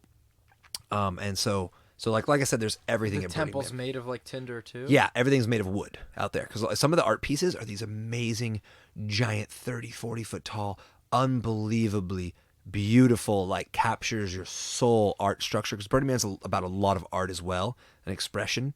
And it'll be there for 2 or 3 days, and then they light it on fire. So the whole idea is that nothing lasts forever. It's beautiful. It's beautiful because you had just this short period of time to really appreciate this thing. So they build this thing called the temple, and every year the temple is completely different. Some artist is given the funds and the means with which to build it and a crew to build it, and it usually takes a few months. And the temple is this thing where people can go to lay down their burdens, because Burning Man is also a lot about not just finding yourself and going on these crazy adventures and self-expression. It's also about letting go and laying down your worries and your issues in life and trying to get in touch with who you are. If there were no rules, who are you inside? If the world allows you to be whoever and whatever you want and no one's judging you for a week, who do you choose to be? So one of the things with the temple is people bring, there's thousands of Sharpies inside there. So you can write on the walls, you can write stories about lost loved ones. People bring thousands of pictures, giant plaques, giant billboards they've made of, this is my loved one, they passed away this year of cancer, and we'll write on there about, the amazing times they had in stories. People will bring something that like of the worst time in their life, like this thing brought me so much shame. It's amazing because you can write on everything. So people can just come and write their story of what's hurting them, what's so hard, what was difficult in their life, and just write it out. And on the very last day, they come and 90,000 people gather around this temple and in quite near utter silence stand there for an hour as it burns to the ground. And the idea is that you're giving up those things and letting them get washed away and purified by the fire. Do most people like commit something to get burned in there? I don't know if I'd say most people, but there's definitely tens of thousands of different things that are brought and set inside there. I know once or twice, like I've gone in there and just written for like an hour on one of the walls of all the problems and issues and things going on in my life that last year. Usually things that are more along the lines of what I fear. Things in my life that I'm like, so one of my big things is like my dad is my hero. My dad is just all of my coaches that work for me. They like, my dad comes in and everyone loses their fucking mind. They love my dad. They love my mom too, but my dad is one of those guys. He's both physically and just with his personality larger than life. He's where I get all of my like jokes and playfulness from. My dad's also like 6'3", 320 pounds. He is just like, his thighs are the size of yeah, dude, no, and I'm not joking. Like he's just a massive man. And my biggest fear is my dad doesn't really take care of himself. And so I am very terrified that very soon, in the next 5 to 10 years, my dad is going to pass away. My mom's going to last another 20 to 30 years, and my dad's going to be gone in another like 7 to 10. And every time I think about that, it makes me cry and scares the shit out of me. Mm-hmm. So I have a lot of trouble talking to him about that. So I go every year to Burning Man and I pick a nice big open area and I write a whole letter to my dad about how terrified I am and how scared I am of losing him and what I don't know what I'll do in my life when that time comes. And that's one of those things that I probably only cry once or twice a year. I'm a very like fun, emotional person, but usually when I have like a problem, I just, I'm not going to be crying. Like I'll go talk to the person, I'll work through the thing, but like I'm not going to dig deep into my sadness or whatever. Yeah. But every year at Burning Man, I'll just sob for like an hour and a half. Like I'll write this thing out and I will sob. And it was one of the most heartening things when I did this. Sometimes before you even write, you just walk around and you read these people's stories on the wall. And the first year I did it, I could just feel, it was like a physical wave passing through me of the emotions of all these people. And I just started bawling. And I couldn't stop crying for probably 60 to 90 minutes. Just reading all these people's Just memoirs. Reading the things, seeing the pictures on the wall of everyone's loved ones and them talking about them. I have never seen the words "fuck cancer" written so many times. I had my aunt passed away this last year of cancer, and it just thousands of people in there died of cancer that year. Like they just put all their stuff up on the walls, their family members, their friends, everyone who lost somebody, and you're walking through and you're reading this, and it just hits you like a physical sensation. And one of the things that was just so beautiful, I remember my first year there, I was walking through, and because when you go to Burning Man, you don't go to the temple for the first few days. You just you got to be in the right state of mind. It's not a party place. Like you go there, it's out in the middle of the desert, and it's there for. Is it near the man? Kind of. It's like you leave the city, and in the very center of the desert is the man. At the very far end of the desert is the temple, and then over on the other side is the city.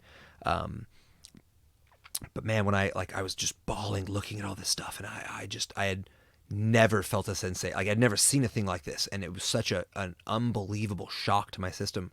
And I started bawling, and I'm walking and reading things, and I'm bawling, and just random people. I just see some other guy right there, and he He's bawling his eyes out too, and he looks at me, and I look at him, and we just silently, while crying, walk over and just hug each other for like 2 minutes.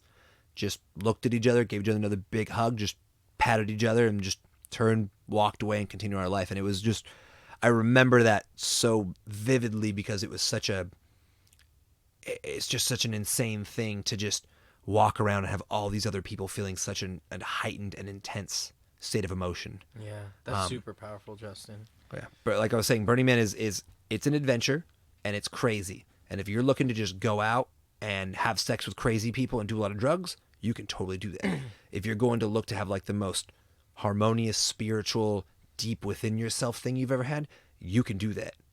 If you're looking to just go out and run around in the desert and play with flamethrowers, you can do that too. They're all over the place. You can do whatever you want. You can do whatever you like. But what can't you do besides the money? Like, give me like some examples. Okay, of like the no-nos. Consent is a big one because there's a lot of like debauchery going on. No doubt. So you gotta have consent, and they have like posters all over the place. Like you go in any porta potty, and it's like consent. Don't forget it. Like it's very important. The other big one is you can't do drugs in front of cops. And there's cops there? There are police officers there.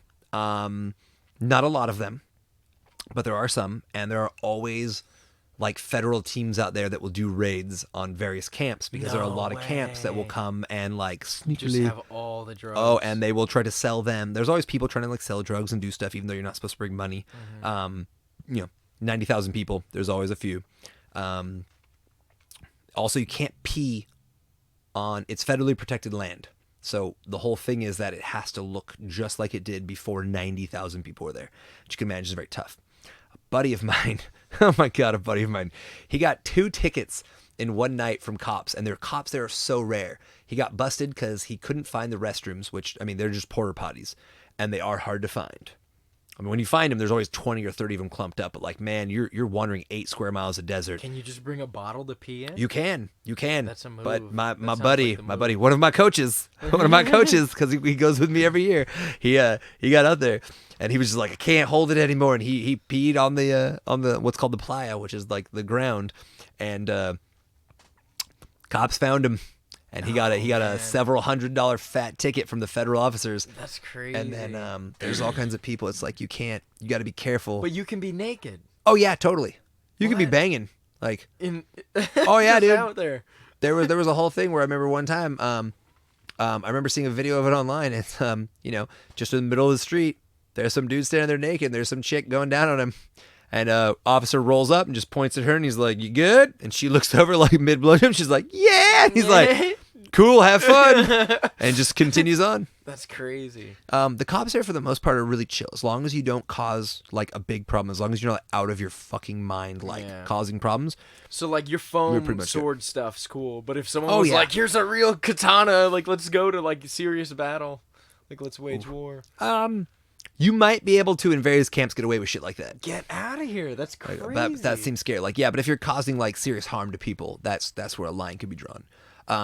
So one of the things I did, so I really like to dress up in costumes and do dumb shit whenever I go to Burning Man. Very, very fun. Play characters. So I had a character. I had a fake police officer uniform. Very obvious, like a Halloween-esque one, right? And so my wife got one, but she dressed up like a stripper cop. And there were 2 other people in our camp this year that we did not know before this, and they had also brought like stripper cop outfits. So the 4 of us dressed as police officers decided to have this idea where we had a bunch of like the big orange cones, like traffic cones. And so we went to a little back alley street in between a couple camps, and we waited till we saw like a group of people biking by, and we ran out blowing whistles, set down these cones to block them off.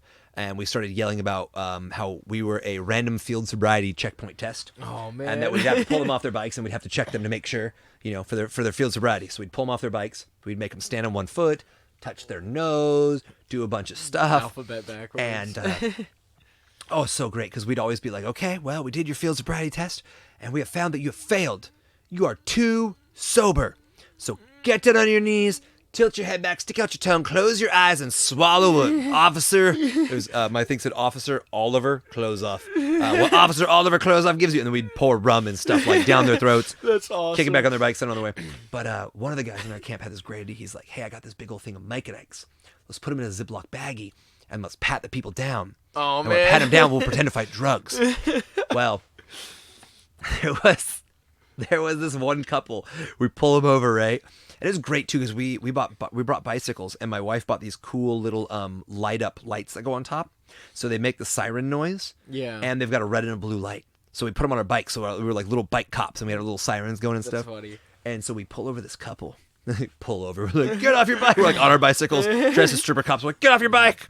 So we pull them over, and we start doing the field sobriety test. And the girl is definitely a little like, she's been having a good time. Yeah. I don't know what she was like, what she'd been doing, but she'd been having a good time. Oh, yeah, we got a lot. Let's go!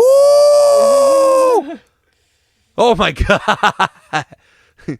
Oh man! Parkour Professor's parental parent peaked professor paragraph producing psychology. Powerful. I love it.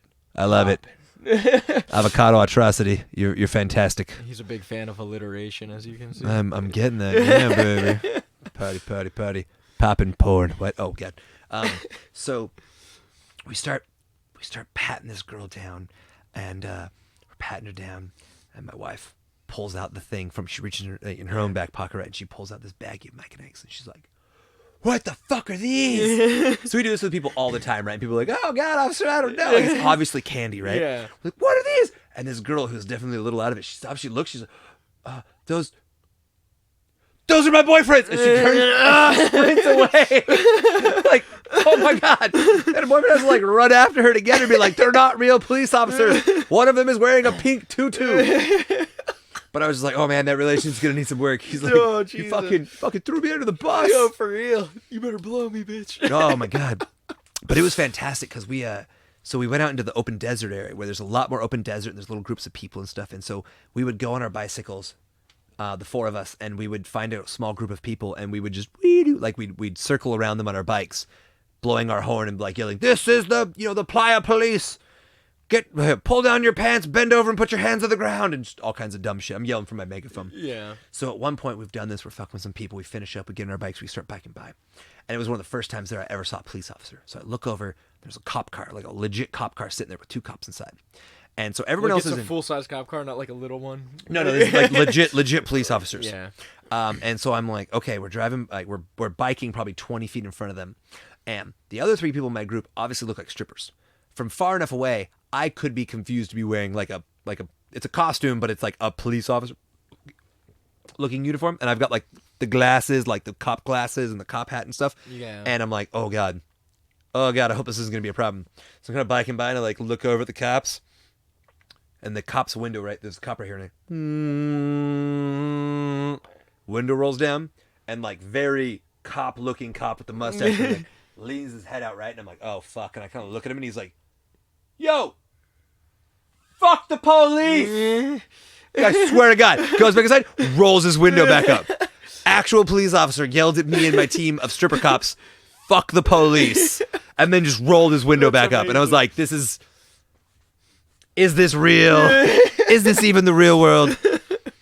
That's amazing. Oh yeah, man. You're convincing me more and more. Oh dude, Burning Man go.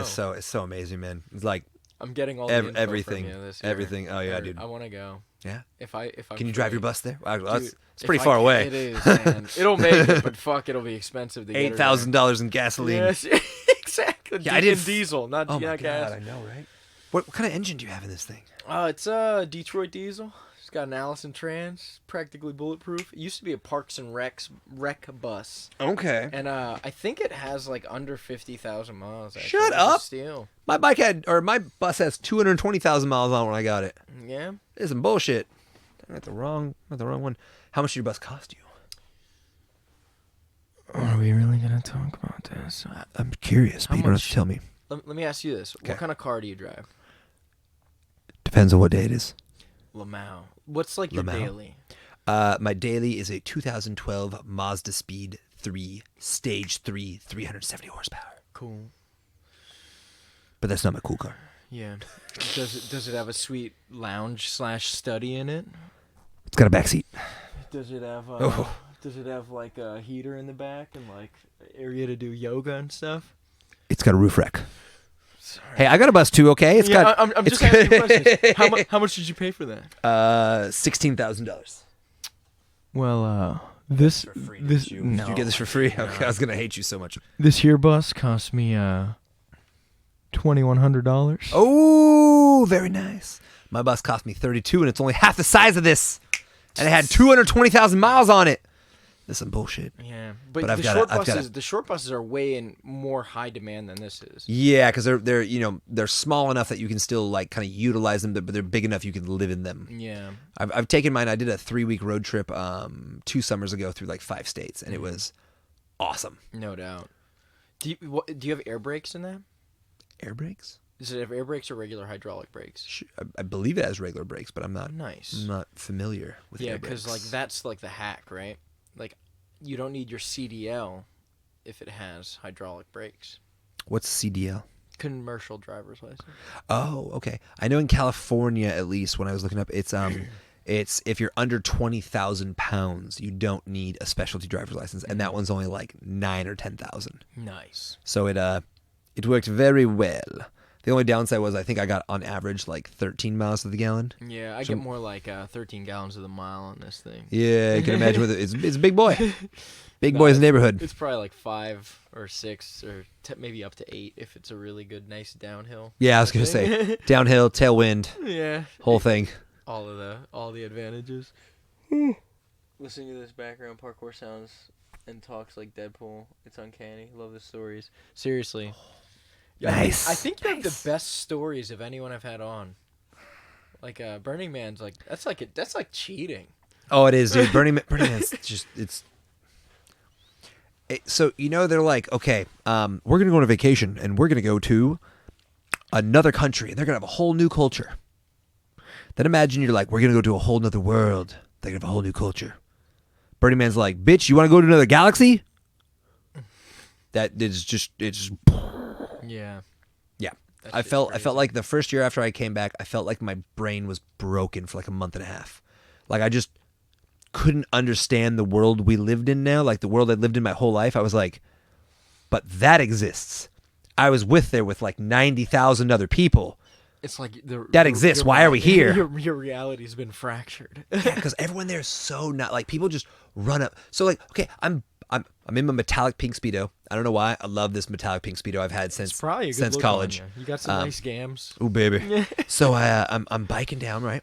And all of a sudden, I'm biking down one of the streets, heading back towards my camp, and all of a sudden this girl comes running out of a camp, and she's like, "You!" And I was like, "Me?" And she's like, "You!" I was like, "Sure. What's up?" She's like, "You need a pizza." And they had a wood fire grill they had built into their camp. You just remember everything you bring in, it's just the desert, right? They brought a wood fire grill out, did it. They just made pizzas, gave them out to people. She ran up to me, gave me a pizza. She's like, "This pizza's for you." A whole fucking pizza.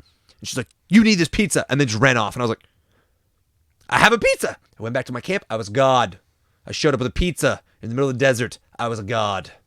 It's amazing. A Roman god? Or you were wearing the Speedo. So I was wearing the Speedo, so I was a Speedovian god.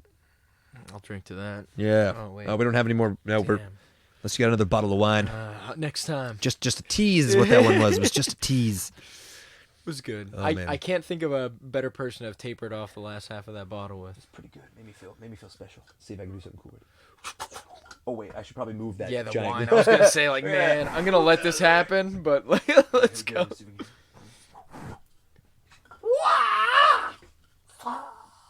Pity for all you audio only listeners right now. I got Maxie from Soul Calibur in my bus right now.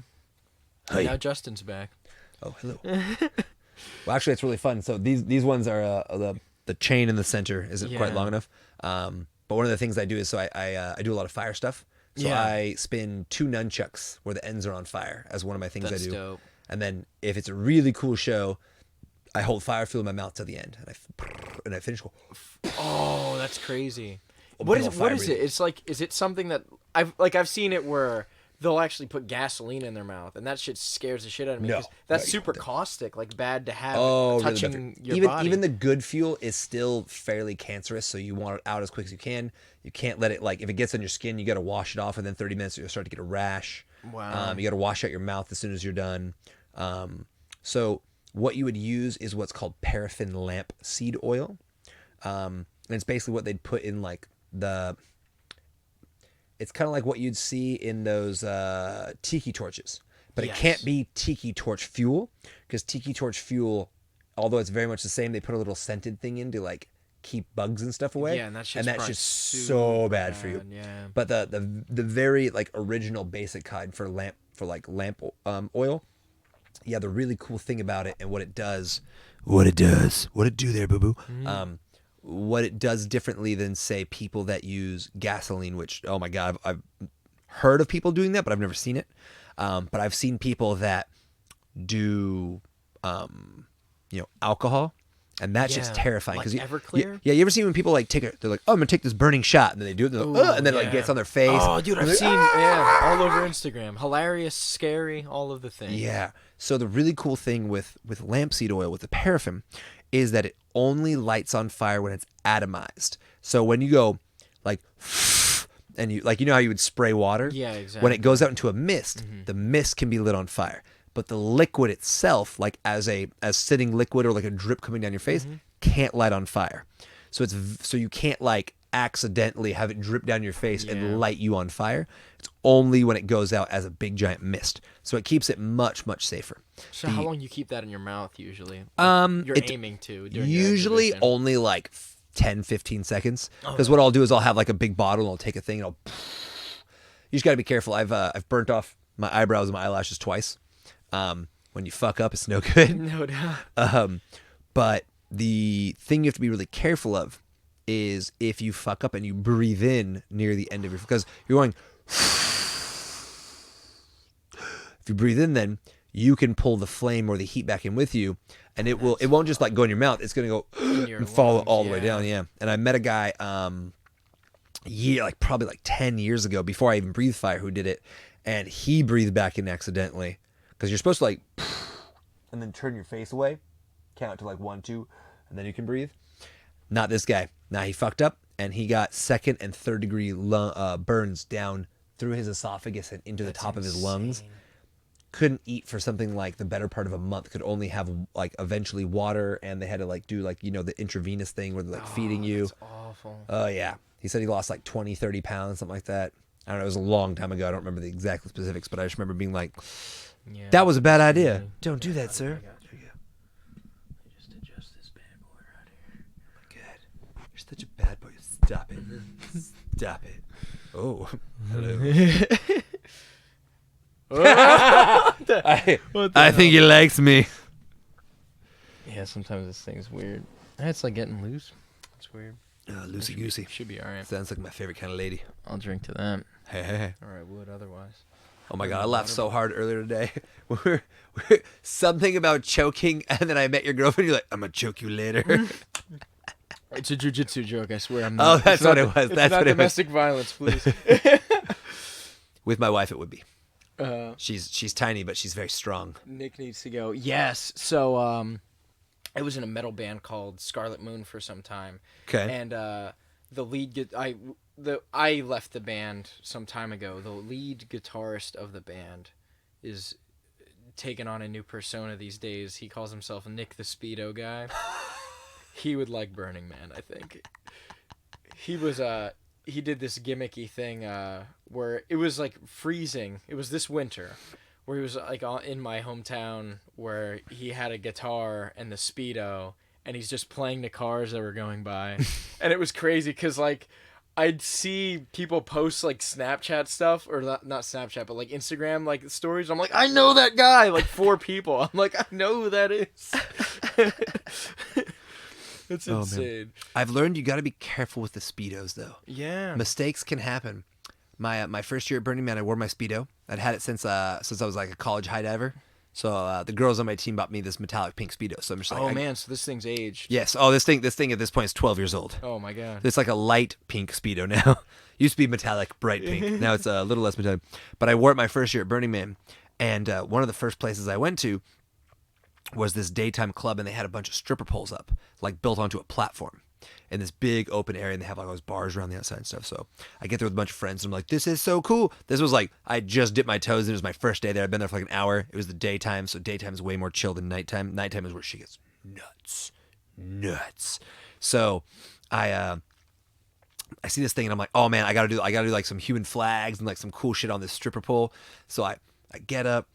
All right, I get up on this fucking thing, and I'm like, jump out, and I get my human flag, and I'm like whipping around, like I'm spinning around this thing, pop out to a human flag. I'm feeling like such a badass, and I hear like this group of like 4 or 5 girls like, oh, like screaming at me, and I'm like, oh yeah, I was single at the time, so I'm like, oh yeah, what's up, ladies? Drop down from my human flag, I'm up on stage, I turn around, I look over. It was like the most effeminate gay dudes I'd ever seen in my life. I was like, God, no. I started looking around, I realized it's mostly dudes in this place, and I'm like, I'm in a metallic pink I've come into a gay club in a metallic pink Speedo, and the first thing I did was go ham on that stripper pole. And now I'm the belle of the ball. I was like, this is everything I ever wanted, but backwards. It's like, I did this wrong. Okay. Let's vet our locations better next time. Yeah, it's definitely, It's all good, definitely man. a learning Sleep. experience. Oh. That sounds crazy, though. I want to go. I've never wanted to go to something more than, like, DEF CON was like, you know what DEF CON is? I'm not familiar. DEF CON's like a crazy hacker convention. Oh, okay, I remember you talking so about that they have, before, like, crazy raves, but they also have, like, pretty crazy talks during the day, too. Okay. It's like, hey, this is how you hack X, Y, and Z. Those are my favorite kind of conventions. Like, during the day, we're all going to be business. When night comes, shit's gonna be chaos. Yeah. So, I think, and that was in Vegas, so I can only imagine Burning Man's, like, gonna be pretty neat. It is, it's pretty cool. One of the things, actually, where I met, because right now we're outside of Pinnacle Parkour, and so, actually, that's where I met Andy. Was at a convention, but it's a parkour gym owner convention. Yes. So it's all yeah, it's called Art of Retreat, and that was actually where I met him. That's in Seattle, right? Yes, on the like an hour or two outside of Seattle. Okay. They rent out this like YMCA campground with all these cabins on a lake. Nice. And so it's just us there. During the daytime, it's a lot of fun, but it's a bunch of talks. So it's been really cool. The last 2 years, I've given speeches there and stuff, just basically on like parkour gym system management. Or last year I did one on human resources and being in compliance with federal and state law for all for running your gym and stuff. Yeah. And so it's been really cool because I've slowly been able to make a name for myself in the parkour community by trying to put out as much information for free as possible. But at nighttime, they hold these giant, like, it doesn't do it justice to call it like capture the flag games, but imagine like 100 parkour athletes, like people crazy like him. Yeah. Right? And fairly insane like me, but not quite as, that's a whole nother level of crazy. And we go out, and in the pitch black, like you're not near a city, you're like 2 hours out into the wilderness and shit. And they do these massive 100-person with all these parkour people, crazy like capture the flag games with teams, and fucking they have a guy there, this really awesome dude named Don. And Don is in he runs at like SEER school, which is where they train people from the military of what happens when you get. I know what SEER school is. Okay. Yeah, when you get captured. Yeah. So for our listeners, that's you if you get stuck behind enemy lines and you get captured, they torture you and you do evasion, all that crazy shit. Yeah. My wife's brother had to go through it, and they break a bone. They'll break a bone of yours so you know what it's like to get tortured.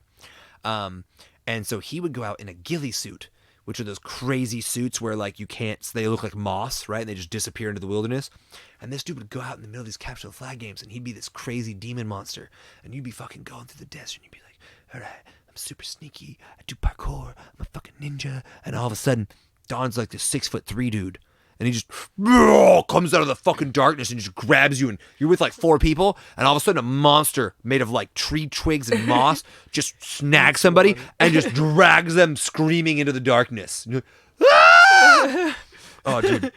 That's epic. Yeah, but it's that thing where during the day you're like, yeah, we're all being professional, we're learning our things, and then at night we're like, shit's getting crazy. Oh man. Goes down. Oh yeah.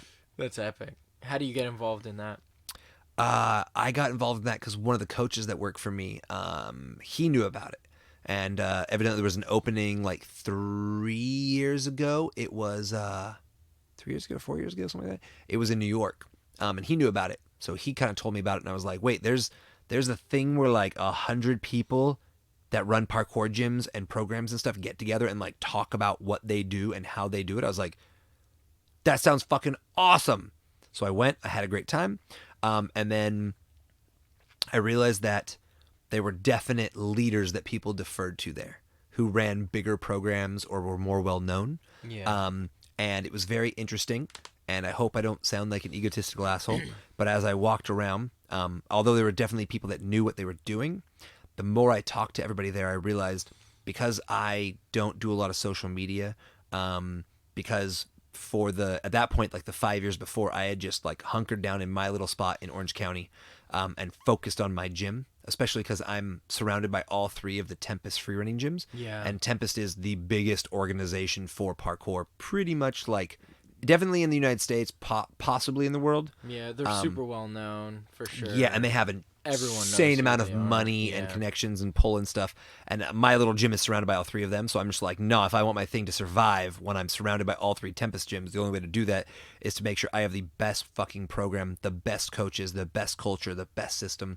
And so all I did was hunker down and like stay in my little area for 5 years, refining all my stuff. So when I finally left and went out to everybody else is like, yeah, we built a gym, but we do stuff over here, we do stuff over there, and everyone was kind of running around doing stuff with everybody else, which was cool. But I realized very quickly that other than a few people there that really knew what they were talking about, my program was bigger and much more organized than almost every other person that I met there. I still learned a lot because everybody has all kinds of different advice and ideas to give. Specialties. Yeah. There was like a girl named Brandy Liard. Oh yeah, Brandy Laird. Yeah, Laird. We're having. Yeah, her, I saw the thing there. She's gonna be here next month. Yeah. So really she excited actually to have gave her. me. She is fantastic with her concepts for and programs for training new coaches. So I took a lot of the stuff I learned from her talk. She gave like a 90-minute talk on training your coaching staff, and I took all of that and I used it to completely rebuild and revise my coaches training program, which now is 10 times what it was, simply because of what I learned from her. I learned quite a bit about gym layout and design and construction stuff from a guy named Tyson who ran Parkour Visions, and from Andy Blue Hair over here. So it's been really cool, but I realized very quickly that by and large, I felt like I had much better systems management than pretty much everybody I talked to. And by traveling to these different gyms, they all had different things they're really good at. But one of the things I realized that I seemed to shine at, and I think it was because of my background with engineering, and when I wasn't sure, I'd talk to my dad. My dad's been an engineer for going on 40 years now. That I put a lot of these systems in place, and since I just stayed in my own little zone for 5 years refining them, I found exactly what worked for me. And that allowed me to go from when I opened my doors, I probably had 40 or 50 members. I was very lucky because I'd coached in that area for 13 years beforehand. Where so in Orange County. So like a lot doing of like gymnastics. And yeah, I started my own parkour program in a gymnastics gym, and so a lot of my students followed me over when I opened. But I would talk to all these other gym people, and they'd be like, yeah, we've got 100 members, or we've got 125 members. And everybody was like losing their mind because this one gym had like, I think but they were like, oh, they're going to have like they have almost 250 members. They might even hit 300 members. And there's like a 10,000 square foot gym. And I'm over here in my 6,500 square foot gym going, I have 800 members. I have 800 people that come in on a monthly rotation and pay, anywhere depending on their how long their package, they're paying anywhere from $70 to $285 a month. So I had refined my thing to the point where I had figured out how to make the community push itself. I had figured out how to get into I've got 250 members that come to my gym that don't pay out of their own pocket. The government pays for them. It's their federal PE credit for like homeschooling and stuff. Yeah. Nice. So I started looking to all these different things, and I quickly found out that when I went to this thing that I seemed to have figured out a lot of systems that other people hadn't yet. And And so from there, it's been really nice. The last 2 years, I'd been invited to give a talk. They'd been very well received. I feel really awkward saying them like, yes, everybody loved my talk. I was very fancy. No, it's really cool because there's always so many good talks there. Like there's definitely some talks I've gone to there where I'm just like, I'm not sure why this person's talking. They definitely are just kind of like figuring their own stuff out still, or they just kind of put this together last minute. And then there's a few people that you go there to and you're like, you are a professional. There are some people who go, I was a coach and I want to open a parkour gym, but I don't know anything about business, or my personal favorite, really high level athletes, but don't know how to coach normal people. They know how to give advice to other high level athletes. And there's a huge difference between an athlete, a coach, and a business person. And I've tried very hard to transition. Like I coached my whole life. For athletics, I've won 2 national championships in cheerleading. I was 2-time state college champion for high diving and low diving. I've gone to world championships for rollerblading, for inline skate, for street and stuff. So I've done my own fair share of like competitive sports stuff. And then over the last 7 years, I've really tried to transition into being a professional business person, which sometimes is really weird because I'm very childish. So saying that like, I'm a professional businessman, you're like, you were just talking about the nun with the golden dick. Don't you try to trick us. I can definitely relate with that too, because I just came from like the world of IT where I was like living in a cube and everyone's like, oh, you're a business, corporate, all those things. I'm just like, man, the instant like Andy reached out to me and said, hey, I need someone that's credible that can help me run this thing. I was like, this is the fucking sign I was waiting for. What is your background? Because I saw you out there, so like you obviously know what you're doing when you're training and stuff. So I'm guessing you have a background in parkour as well. Yeah, so I'll say I started like being interested in parkour like in high school, and I was one of the guys that trained like outside, right? Like I never had a parkour gym to really learn and refine like good form and like huck big stuff. So I learned from like YouTube and stuff. So I've been training parkour for like 6 years on and off. Okay. But like I'm trash compared to some of these guys that have been training like a year or two, especially like the younger guys that don't have like the fear stuff getting in the way. Some of those kids, man. I got a 9-year-old at my gym who just hucks dubbacks all day long, and I'm just like, I hate you so much. I'm so jelly of you. Yeah, I feel you. Yeah, and then like one story I have that's pretty crazy is don't do this, kids. Don't do this. Don't try this at home. I'm not gonna give the full story. Maybe I'll give it offline. I was like, I've given some horrible stories already. But because mine might get me in trouble. Oh, okay. But I was drunk and I broke my knee. Like you know how your knee bends like this? Yeah. Right? So I I was drunk and I was like running and I tried to take this big gap and stick the landing super hard and aggressive like someone that doesn't know what they're doing that well. And instead of my knee doing this, it said this. Oh no, sideways? And it went that way. And then I landed on the floor and I went, ah! Ah! Ah! Yeah. Ah! Ouch. Guys, call. We gotta go home. Guys, we need to go back to the hotel right now. Someone carry me. That's literally what happened. But yeah, good times. So yeah, then that built like a complex in my mind of like I'm scared of what my body's capable of, and I've been fighting this.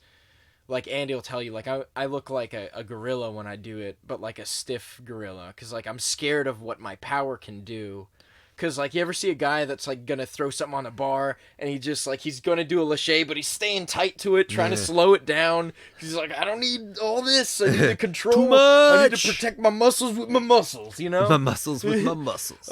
So like I am still working on getting rid of that. I have a lot of like solid technique for doing a few things, and Andy nitpicks a lot of the stuff that like everything that's wrong. So like the things that are like acceptable, he's like, all right, that's all right. This is trash though. So if he says it all right, you're like, I'm doing pretty good with this. Yeah, it's like I must be like he never says it's good because his standards are insane, and that's good. I prefer like then after that like to continue like my athletic journey. I'm now like a jiu-jitsu practitioner. Like I've been doing that really hardcore for the last like 2 or 3 years, maybe 4 years at this point. So I even compete. I compete at like I wouldn't say a high level, but I compete at the level of blue belt. and pretty consistently. I try to get out there as often as I can, and I'm trying to start a program here with that. I hear that jiu-jitsu is definitely one of the like the real, because like, okay, so I get kids all the time that come in my studio and like, okay, you know, your kid's here, they're like 9, they look pretty fit, cool, we're gonna do some stuff, we're gonna put them in our white rank beginner class. Like, oh no, my child is a black belt in Taekwondo. They need to go to your more advanced program. I'm like, well, this isn't Taekwondo. They need to learn from the ground up, and we want to make sure they're safe because things are made of concrete. And or they'll join our tricking program, and they'll be like, yes, my child is a black belt in Taekwondo or karate. And then they get up there, and I'm like, show me a kick. And they're like, eh. I'm like, okay, you didn't turn your hip, you didn't point your heel, you didn't like lift and twist. Like, I don't even do martial arts, and I know I'm not even a tricker, and I know that basic stuff. And you're supposed to be a black belt. But I hear that jiu-jitsu is definitely one of those ones where it's like, would you like to earn a belt? You're going to earn that shit. It's going to be hard as fuck. Yeah, you're going to suffer 100%. I'll say this about like other martial arts, that I think jiu-jitsu, like I used to be one of those guys where like, I don't think a belt is necessary to measure my toughness kind of thing. Because I saw like, you'd have these kids where they'd get like a black belt in a year, right? Yeah. Jiu-jitsu, it takes like 10 years to get a black belt. That's what I hear, yeah. Yeah. So for me, that was one thing that made me more attracted to it, besides like my wrestling background and my just general like rowdiness. And we've always like enjoyed like just grappling and stuff like that with like the dudes. The dudes. Yeah. But I've seen. Don't tell your girlfriend. Yeah. She knows. She's always I don't know if she's still watching, but she's always worried that like the guys are gonna take me away more than any girl's gonna take me away from her. It's funny. It's because guys know what other guys like. My wife's over there going, no, they don't. I know what you like. I'm like, that's true, honey. Thank you. True. I don't know. It's all about knowing the combination of that lock, you know. There's a lock? What is this mythical clitoris I hear about? What is this thing? I don't believe in it. It's probably not real. Who's that? Clint Torres? I can't say I know him. He's a Hispanic gentleman. He's very nice. Got a nice little mustache. Sometimes he shaves it, though.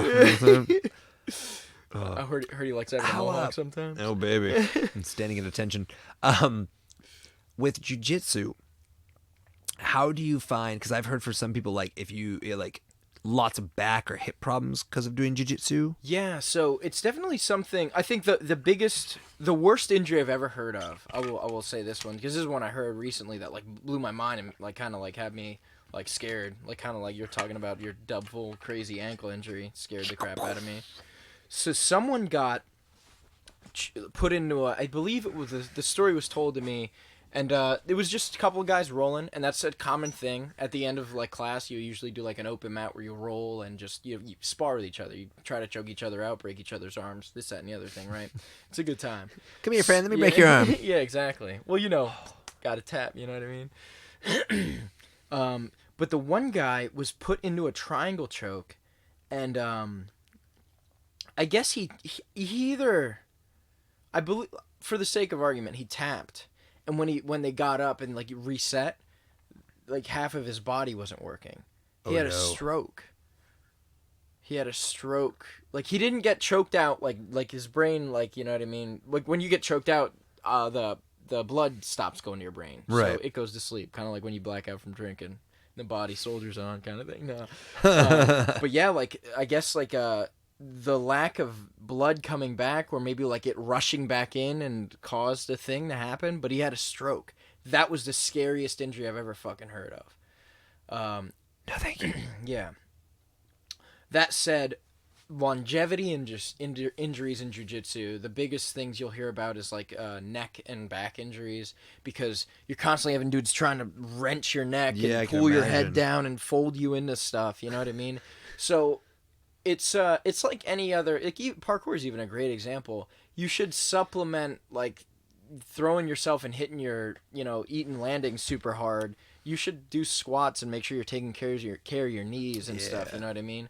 And it's the same thing. You should be doing exercises to keep your neck and back decompressed. Massage is important. You know what I mean? Okay. It's all about maintenance. But no matter what, is a big deal. Physical therapy. Oh my God, man, change your life. Whatever athletic thing you're into too, though, like you're gonna age better than someone who's been eating fucking potato chips on the couch. You know what I mean? Truth.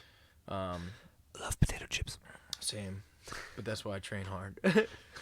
Train hard, eat potato chips. Well, one of my friends shit his pants. All right. You should probably help him instead of telling us about that. This message has been held for review. Nick needs to go. Not the one of my friends shit his pants, but Nick needs to go. Let me see. Can I hide? Yeah. Nah. We don't need to know about that. No more doo-doo. What color was it? I need details. But yeah, so can you tell me more about your the way you're doing, like, for the sake of argument, let's call it your belt rankings for your program at your parkour gym? Because I think that's so cool. Now, like I said with the karate thing, you shouldn't be able to become a master. A black belt is a master of your craft. You're credible to teach at a black belt level, right? I don't think you should be able to get that in a year. It takes, how many hours to become a master at something? They say 10,000 hours. 10,000 hours. I'm a big believer in that. Okay. So my program, we have 9 different sports, and they all have the same color band system. And you run through, just like martial arts, in this case, we use colors. You run through 7 of them. It's really only 5 levels because you start at the first level. You're already, you come in, you're a white rank. Yeah. Just like a white belt. Yep. And the highest level is a black rank. But when you get to that 7th highest level, it's actually not based upon a skill set. It's when we started our thing, there's not, how do you put it? I'll run through the lower level stuff and that'll explain the higher level stuff. Take your time. So for parkour specifically, the goal was we want a strong foundation. So my goal is not to build the craziest, a lot of parkour gyms are like, I want to take some kid and I want to have this insane level athlete who well surpasses me and goes on to leave a huge mark that everybody knows about, and I want them to know that they grew up at my studio and I was their coach. Yeah. Totally respectable. I have no problem with that. That is not what interests me. What interests me is building the best overall human beings. And I believe that in anything you want to do, teaching a solid foundation from the ground up, especially in parkour, will make people a better overall athlete and will also just keep them safer in their life. Learning how to climb properly, how to get up and down stuff, how to get over things. So with parkour, what we do, our first 2 levels, let's just call it level 1, level 2, basically is only parkour, with the exception of you learn how to do a handstand, like the beginning. So we call it you learn a lunge position, a teeter-totter, which is where you go from a lunge, you tap your hands in a handstand for a second, you come back down to a proper lunge, and you learn how to do a front to back and a side to side cartwheel. Yeah. Which really are good because in parkour you're going to be going upside down a lot, and sometimes when you eat shit, instead of rolling, there's a lot of times that you can kind of cartwheel-ish out of it. So we teach those, and then so the first 2 levels are only parkour. First level is very ground-based parkour. You're doing precisions and strides on the ground. You're rolling across the ground. Even your wall climbing stuff is like how to safety up, how to safety down, how to drop absorb. Excuse me. The second level is now building on those parkour skills at a higher level. So it's being able to do a pull over and get on top of a bar, how to roll down a bar. It's how to climb up a wall higher than you, fully all the way up to the top, get up, how to get down safely, what to do if you slip and fall off of that, and now running and jumping kind of at a up and down various things. So the first 2 levels, all parkour. First one kind of flat ground, second up and down things. Once you get through those, when you start a 3rd level, now you're in free running. In this case, I'm using the level because if I say this color and this color, people that don't know our color system will just be I don't remember if that's really high or a low level. But it basically goes white, orange, green. When you get to our level 3, which is green, you are now able to do free running skills. So you're starting your introduction to flips. You're doing all your flips with spots from a coach. In addition to doing slightly more advanced parkour stuff. So now your parkour stuff is going to start having spins, flips, more inversions, much more free runnery instead of just strict parkour. One of the other things that you get when you get to the green rank is you have now unlocked as a kid the ability to go to adult open gym. So we have 5 nights a week, 2.5 hours late at night. It is 18 and over only. Very strict. You can only go if you're over 18, and this is where a lot of, since we're in Southern California, we're 15 minutes down the street from Disneyland, you get Disney acrobats that come down. You get cheerleaders, aerialists, gymnasts, martial artists. There are all kinds of groups. So if you ever, I don't know if you've ever heard of Strength Project. They are so one of the biggest fitness YouTube channels, even though they've kind of tapered off. So I've been training with them for 10 years. I knew the guy Rosh, who runs it, back when he had 8,000 subscribers and he was just starting his thing a decade ago. He trains out of our facility, so those guys are there. There's these guys called Martial Club. They have about 500,000 subscribers, but one of them was the world tricking champion back in the day. He trains at our facility, so there's a lot of very high-level athletes, as well as people that are just there to have fun. And there's adults that come in that are like, I have no idea what the fuck I'm doing. This just seems like a lot of fun. Yeah. Like, our cardio is literally chasing each other around, beating each other with foam swords, and playing foam sword games. So when they get to our third level, they gain access as a child to be able to come to adult open gym and train with these high-level athletes and athletes they've seen, you know, like one of the guys who's the ex-world tricking champion, he's actually going to be a villain in one of the Marvel movies that comes out in 2022. What? Who's so that? like his name's Andy Lee.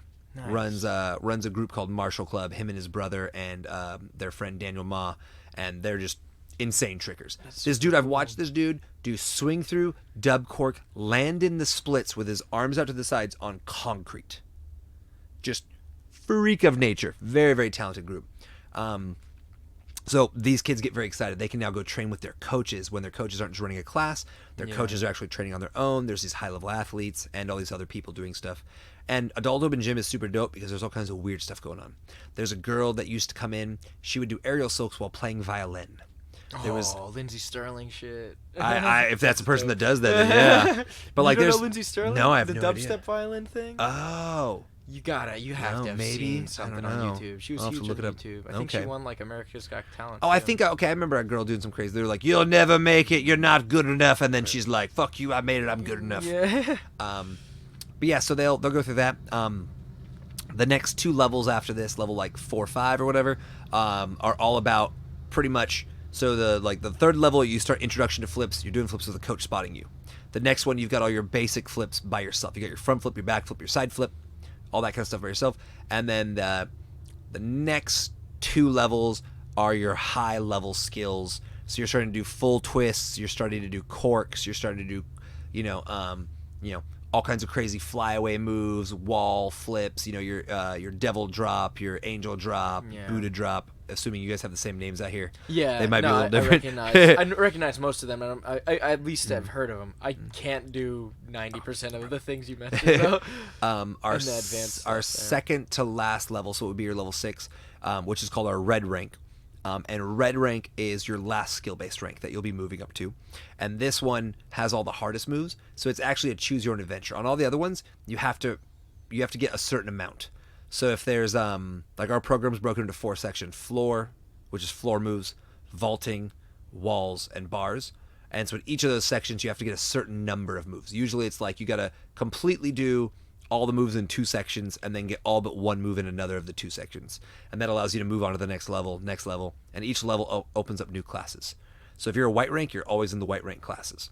That's cool. Once you make it to the next level, that unlocks orange rank classes, which still will take place at the same time, but you get a new coach. You're working on new skill sets, new areas of the gym you couldn't use before. So are the classes based on rank or by age? No, all by rank. That's so cool. No age breakdown. So 7 or older, all train together. I have guys in their 40s and 50s that come in, and they'll train right side by side with an 8-year-old. Because... How does that work? Like, give me your honest opinion. Like, you think the 8-year-olds behave well enough for that class to like keep a good structure? So it's a very interesting thing. We're definitely like 80-85% kids. Mm-hmm. But the age range, what we've noticed is earlier in the day, younger kids come. Mm-hmm. At night, more adults and teens come. Yeah. But the thing is, if you're an adult athlete and you're good and you pay attention, you can rank out in like a month or 2. Mm-hmm. You can also come in during open gyms and pull out your curriculum card, and you can keep training on the things you need, and you're allowed to get up to 2 skills marked off during an open gym each day. So you can go around to a coach and say, "Hey, coach, I'd like to try to test this skill and see if I have it." But realistically, what happens is when there's adults in the class, the kids start paying a lot more attention because they're like, "Oh, there's an adult here. I got to pay attention." And the adults, although there are occasionally, I think only twice ever in the last 7 years have I had an adult that was like, I refuse to take this class. I can't believe you're putting me with a bunch of kids. I told them all the same thing. It's not about your age. It's about your skill level. Everything here is earned. I don't believe in participation trophies. I'm very adamant, and I'm sure having talked to anyone now before it, I'm very adamantly against participation trophies. So if you want to get out of this spot with these kids, you can either come to a later night class, which is primarily all adults, or you can earn your way out to the higher level ones. But sometimes I'll have a person like, an adult who like so I have a guy that comes in, big giant buff dude, probably like early 40s, jack dude, right? And he's in a class with this 9-year-old, like 40-pound Asian kid. He's like, why? I'm like, Seth, get up there and throw a dub back. Little 9-year-old gets up, throws a double backflip, and I was like, you still too cool to be in a class with me? He's like, never mind. Yeah, fair enough. Yeah. So it's all about your skill level. Our second to last rank. So first two are parkour. Third one, basic flips with a spot. Fourth one, basic flips by yourself. Fifth one, intermediate, kind of advanced ones. Our sixth level is choose your own adventure. So in each of those 4 areas, we'll pick like a dozen moves. We'll have like 3 or 4 required moves for floor. Yeah. So like one of them is, I'm a filthy gymnast, so I make everyone learn back handsprings. Yeah. Got to learn a back handspring. But it's also like for vaulting, you have to be able to double Kong a distance that is your own height. So like if you're 6 feet tall, you have to be able to double Kong a 6-foot gap. You have to be able to cash it. You have to be able to Kong pre your own height, a 6-foot gap. If it's for any of the other ones, like for bars, you have to be able to lâcher. It's like 1.5 times your own height. So for like me, I have to be able to do like a 9-foot lâcher to get to that level. You also have to be able to do a kip. I make everybody learn gymnastics kip, and they hate me for it. But I think those are really important for getting up and having good flow through bar things. So there's a couple required skills, but mostly there'll be something like, here are a dozen skills broken into 3 or 4 little mini areas chunks, within like bars. And so it'd be like, you have to learn a bar release move. You can learn loser flyaway, or flyaway full, or cast back, or cast loser front, or a pimp flip. So we'll put out like 7 or 8 like release moves off a bar. You have to learn at least 2 of them and get them down solid. And so what works really well for this is not every person, when you get to the higher level moves, it takes a long time to learn a move, much less like if you have to learn all 12 of them. And some of them are twisty. Some of them are like big dub flips. Some of them are like, forward. Some are backwards. They're all really weird. So we basically let you choose the area you want to go. Some people love to twist. They want to do the fulls, the dub fulls. Some people want, big flips. Somebody wants like really weird, wonky, crazy moves you wouldn't normally notice and do.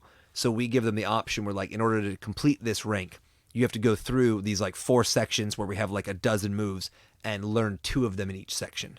So you get to choose your own adventure. That'll get you through our 6th rank.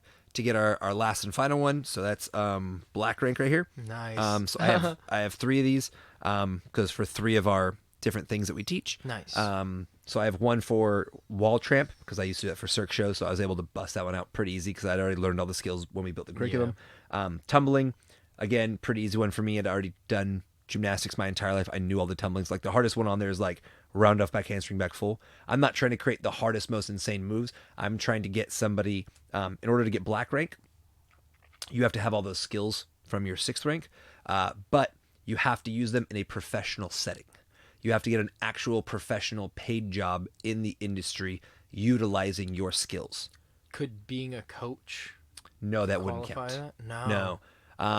So for us, because we're right below Los Angeles, we actually run our own, my wife's company is called Firestorm Talent Entertainment. And she actually is a, Cirque, for lack of a better term, like a talent agent. Nice. So when our students get to a high enough level, we actually find them paid professional work. And part of that is because like for coaches and high level athletes, it's like, what are you working towards? Now when we first started 7 years ago, there was no competitions. Nobody was hosting a competition. There was nothing out there for these kids to like work towards. It was just, you're doing it because you want to do it. So we wanted to give them something to work towards. So we said, well, we already have our own talent agency. We already have all these professional acrobats and, going out and doing corporate jobs, or because we're right below Hollywood, we've done a bunch of movies, trailers, TV shows. We've done a lot of music videos and things like that.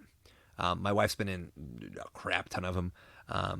So we were like, let's give these kids something to work towards. So in order to achieve your last final rank, you have to do something in the industry. So we've already got 2 students who've earned black ranks by actually going out.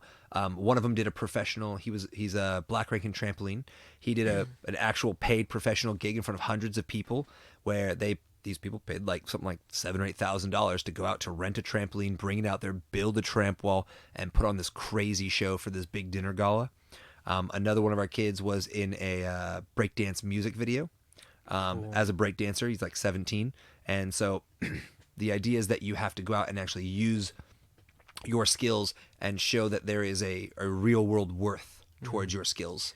Could winning a competition count? So that's one of the things we're trying to figure out. I want to transition into now, because not everybody wants to be a performer, and some of the people more want to compete. So I'm trying to figure out especially for parkour, what do we want our new requirements? Because I don't think anything should always be set in stone. I think it does have to be a little modular, and we can change it, because we didn't have competitions back in the day, which is why we chose performance. And we do try to train a lot of performers, because like for our aerial silks people, twice a year we do a big aerial silks recital where our girls and boys come out and show off all their aerial silk skills by actually creating a song, a costume, a routine, and doing the whole thing. That's super cool. So it's kind of like for them, there's not really generally aerial silk competitions, but there is a lot of like cirque style performance work for that. So for some, it makes a lot of sense. Trampoline, there's no real competitions, but for tramp wall, but there's shit tons of industry performance work. Tramp wall is huge for cirque shows. So that's pretty much how I got mine. I've done cirque shows where I got hired to do parkour, tumbling, and trampoline. Oh, wow. But I mean, that's crazy. Huge demos. Yeah. So to give you an idea, so trampoline for like tramp wall and for tumbling, as soon as we had our curriculums figured out, I was able to just breeze through those because I had been tumbling my entire life. I'd done tramp wall performances for a long time. Parkour, I was our first parkour black rank. We have 2 other ones now. And it took me... Who are those guys? And they're at your school? Yeah. One is a student, and one is one of our coaches, who's a very talented guy, who moved up to our area about 2 years ago. He was a very high-level dancer and b-boy, and just fell in love with parkour. So it's really fun to watch his free running runs, because he is... You watch him and you're like, I can't tell if he's breakdancing or doing parkour, because he mixes it all together. Yeah. Like really, really good flow, tempo. But like you were saying, I don't think a person should be able to just show up and like, oh, I'm a black, I'm a black belt in like a year. Even though I'd been doing parkour at the point where we opened our gym, I'd already been doing parkour for, God, I don't know, 3 or 4 years at that point, and I had been doing gymnastics for, I don't even know, 15 years before that or whatever. Yeah. I mean, I was at a point where I could do round up back handspring, like double layout. I could do triple fulls. It took me 4 years to earn my black rank in our parkour curriculum, and I'm the guy who made the curriculum. Yeah. And I'm the guy who could, put it all together and have been training forever. So it's definitely one of those things like too, exactly. Like, I don't think the time limit is like you need these many years, because there's jiu-jitsu guys that take, you just beat, if like in jiu-jitsu, it's one of those things where you can't demonstrate your skills without putting it to the test against someone else, right? So if you're competing, beating other people at your level, and you keep getting golds, you're going to get ranked up way quicker. And that's why, like, there's a guy named Gordon Ryan, who's, like, super credible. He runs a team called the Death Squad, and he's renowned as, like, one of the probably top jiu-jitsu people in the world. Like probably, like, top 10. Just because he's a big dude, like, he can probably beat 99.9% of the other jiu-jitsu people in the world. Like, he's that good. And he got his black belt in, like, I think, like, 6 years. Or maybe even 5. Just, you put the hours in, and you're demonstrating skills if you're natural, Yeah. Of course. So, somebody put it there, like, the guy on the right fucks. I don't know. I think you're the guy on the right. I'm looking at the screen. You're on the right, I think. Am I on the right or are you on the right? Who's right? Know. Who's right? Right? Like, let me think. Oh my God. I guess. Because you look like you're on the right. But if we're sitting here this way, I'm on the right. But on the screen, you're on the right. So. Well, like, I guess it's me. Because camera orientation. That's what I'm saying, I'm on the right. But, like, my right hand doesn't. This is confusing. So I'm ready. Oh my god. Sorry, I thought we were fucking. Thick Boy Nation over here. That guy, actually, I had him on the show before. He's I believe that's Matt DeVore. He's a really pretty highly renowned jiu-jitsu guy. Matt, if you know, how long did it take Gordon Ryan to get his black belt? Tell us the answers. Tighten it there if it's like getting weird. Oh, it's cool. I bumped it. That was my fault. Yeah. That was me. You're I did out it. of control. Ugh. Yeah, man. You said you weigh like 200 pounds, dude. You move so clean. Oh, thank you, sir. Oh my god. I'm a dainty 200. Yeah, dainty 200. That's the best way to describe it. Or as my wife would say, no, you need to be 185. It has to be Brad. Oh my god. I don't know, man. You heard his Burning Man stories? This man fucks. No, I generally get fucked by my wife. Yeah. Yeah. I'll drink to that. Dude, I don't know. Like, it's always when people meet my wife, they're like, I thought you were crazy. I met your wife. I'm like, damn, that girl, she's a boss. I'm like, yeah, no, I'm scared of my wife in the best way possible. No doubt. She's a terrifying little woman. My wife is 37, about to turn 38, looks like she's 25, and only trains with people who are like 23 to 25 because none of the rest of them can keep up with her. That's crazy. Dude, she's gonna be 40 in a couple years, and she just shredded 8-pack, and she's always like, "Oh my god, I've let myself go. I'm so fat. I can barely see the 8. I can only see the 6 looking really shredded." And I'm just like, "Oh my god, don't look at me. I'll keep my shirt on, honey." The business side of things. I think like that's a huge thing right now. Like I'm seeing like I'm just like I had a glimpse into my future. I'm like, if I don't continue to train and all I do is work, because I work tirelessly here and it's super stressful, but I enjoy the work and I'm passionate about it. If I don't train in between there, I'm gonna let myself go because I like French fries. And all chips, right. You know what I mean? Yeah, man. Is your wife single, bro? This guy out of control. I think she'd beat you up, dude. The problem is my wife is 5'3". I'm just a little over 6 foot, and when I try to play fight with my wife, dude, it happens every time. I'll like fuck around with her. She'll get in a fight stance because she's a black belt in karate, and it took her 5 years to earn it. Like I went to her like black belt training, dude. She had to fight like something like 8 black belts in a row.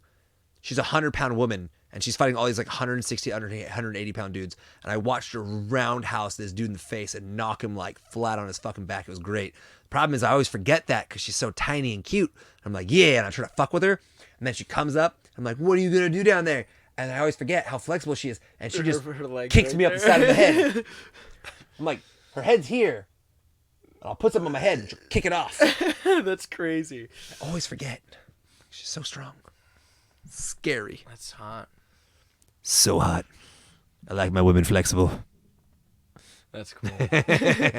So that's really cool, man. It really seems like you have like the curriculum laid out for your school, and I could see how the locations, like not only super high pressure and causing you to really need to grow quickly, but it's convenient with the placement to the Disney situation too. It's nice because it's a very highly populated area, so there's a lot of people, and there's a lot of really good word of mouth. We do almost no advertising, so everything is all about people coming in and having a good time and saying they're having a good time, which is bringing other people in. The downside is we're in like the worst city in Orange County, and we're not in the worst area of it, but we're definitely not in the nice area.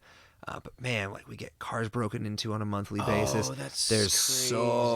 so many homeless people in our area, and the local like. Is that the same thing you were talking about with the homeless people in your bus? Yeah, broken into my bus. They've broken into my employees' cars. They've stolen stuff. I once caught a fucking out of her mind fucking chick that like came in through our roll-up door, even though we had a big old net 4 feet up. She like got herself underneath it, and then we like saw her go to the bathroom. Like, who's that woman? What is she doing? Why does that woman look crazy going to the bathroom? Went in the bathroom, did a bunch of coke, came out, started screaming at everybody. Had to kick her out. Oh, dude, I've had 3 or 4 drunk people over the years because we're right next to a bar. It's great. Oh man, right next to. So I'm like, it makes me happy though because I'm like, if we can survive all of this and have such a good program that people still keep coming, like they were doing okay. Yeah, coming in here. Dude, we had a fucking drunk out of his mind dude show up, and try to pick a fight in the middle of a dull open. He just walked in. He was like, he's drunk out of his mind. He's like, I'll fucking kick the shit out of any of you fucking bitches. I came in and I was like looking around, and I'm just looking, and there's just like a dozen dudes in their mid-20s, all fucking shredded, glistening because they've been working out and stuff, just looking and like at going, each other like, dude. and I'm just like, he's like, I'll kick all your asses. Who wants to go? And I'm just looking at him like, you're gonna die, man. What are you doing? Like you pick them, like they're all like pumped and ready to go and like warmed up, and you're like a drunk 50-year-old dude. Oh man, yeah. So we've had our own fair share of problems. Our fucking gym flooded, not this last winter, but the winter before. Winter 2018. Does it snow where you're at? No, we just had a crazy like El Nino. Like we barely even get rain where we are, and all of a sudden the rain just came down hard for a few hours, like insanely hard, harder than I've ever seen it. And at the back of our street, there's big drain going down to the sewer. Got just because of this sudden like onpour of water, all these branches and tree stuff got in the way and like clogged it up, and the whole thing flooded, and it came down through our parking lot and went under our roll-up door and everything, and we were under like 4 inches of water our entire gym. That's crazy. Oh, dude, it was insane. We had to open up all of our structures and get giant fans to like do everything out because exactly. Crazy. We had to shut it down for the day. We have all these videos online, all these little like Instagram clips were like, "Don't come to the gym." It's one of our caution, like those floor signs that you put up, the little signs that say caution when it's wet. Yeah, my it's still probably like our most popular Instagram video. It's literally just a boomerang of it like. And it says caution wet, but it's laying on its side and it's floating through the middle of the gym. That's funny. While the gym's flooded. I'm just like, this is what we need right now. That's funny. Oh man, it's been an interesting time because we've had a lot of really good times, and then this last year's been really terrifying since I opened 2 new gyms and we put a bunch of money on a down payment for a building. We went from a very good, very stable financial position to we almost went bankrupt twice this last year. Oh, jeez. Because we were supposed to open at certain times. We put a lot of money in. First we were only on our end. We were supposed to put $250,000 down as a down payment for our building. And then our loan fell through. So then the only way to keep it going was to offer the person who was selling the building more money to extend our loan period of time to get a new loan. And by the end of it, between myself and my investor, we'd put over $1 million down, money that we were expecting to have for the gym for like a rainy day and all that kind of stuff. Yeah, so we burnt through all of our cash. Crazy. And then the city came back and was like, hey, I know you have 3 bathrooms, but we're going to require you to have 4. So they made us build a whole new bathroom with 2 extra urinals and extra, like sit down toilet and sinks and all that stuff. And they made us put ventilators in the roof and all this stuff. And that cost another like $50,000 we weren't expecting to spend. And it pushed back our grand opening by another, like 3 months. Oh, you were telling me about so the we're permitting. just paying money. Crazy. So you're just paying. I mean, imagine without paying, even being open, you just had to keep like updating your stuff to the standards. Imagine paying rent on a 14,000 square foot spot with nothing. And then so our other one that we thought was going to open really fast, which still doesn't open till hopefully sometime next month or early March. We've been in that spot for over a year. And they just keep throwing new permits at us or denying stuff and making us change it. So we've been paying rent on a spot for a whole year that still hasn't opened. That's crazy. Meanwhile, if you could, let me ask you, if you took the knowledge you have now and applied it to like the beginning, like is there anything you would do different knowing about those permittings and stuff? Yes, I would. So I would go back. And I've already promised this for myself because I've already got a group that wants me to like open a 4th gym in another area. And I'm telling them, I want at least a 2-year break before I build any more gyms. But what I've learned is I absolutely will no longer buy a gym or move into a space that requires permits. And what I mean by that is on one of my gyms, they wanted an additional restroom, which ended up costing me not only almost $50,000 to build, but pushed me back by 3 months. So now I'm paying rent on top of that. So now we're looking more like $80,000. It would have been. Where would you not need permits versus need so permits? I would rather spend more money and move myself into an area and take longer to find a building that has enough parking, so I don't have to go through parking studies, or what are called administrative use permits, which are basically like shared parking lots. And I don't want to do any more building permits, which means I would only build a spot that already has whatever that city absolutely requires for the amount of bathrooms that I'd be forced to have. and I wouldn't do what's called a conditional use permit, which is what's allowing you to change the use. So like I moved, one of my gyms is in an industrial warehouse that I got the city to do. It took 7 months to go through the permitting process. So still paying rent for 7 months while paying for this permit. And it's just waiting on them. Oh, I'm just waiting on the city. My gym's been built for a year. My gym's been built for a year. It's just sitting there. I got a beautiful, ready-to-go gym. It's been sitting there for a year collecting dust. So I will only, in the future, I would rather spend way more money to move into a commercial area and to pay for a place with more than the necessary amount of restrooms and more than necessary parking. Commercial versus industrial. Yeah, so it may cost me, instead of $1 a square foot, it may cost me $1.50 a square foot. But when I look back and say, for the last year, I've already been paying that $1 a square foot with absolutely no income. I'd rather pay more money up front and every month, knowing that I can open immediately and that I can get students in immediately and start making my money back. Whereas right now, I've got this gym that I built, between the rent and the build out, I'm more than $250,000 upside down in this gym that's just sitting there, and every month it's just costing me another $8,000-9,000 just to sit there. That's crazy. And that all has to be taken from the amount of money my primary gym is making.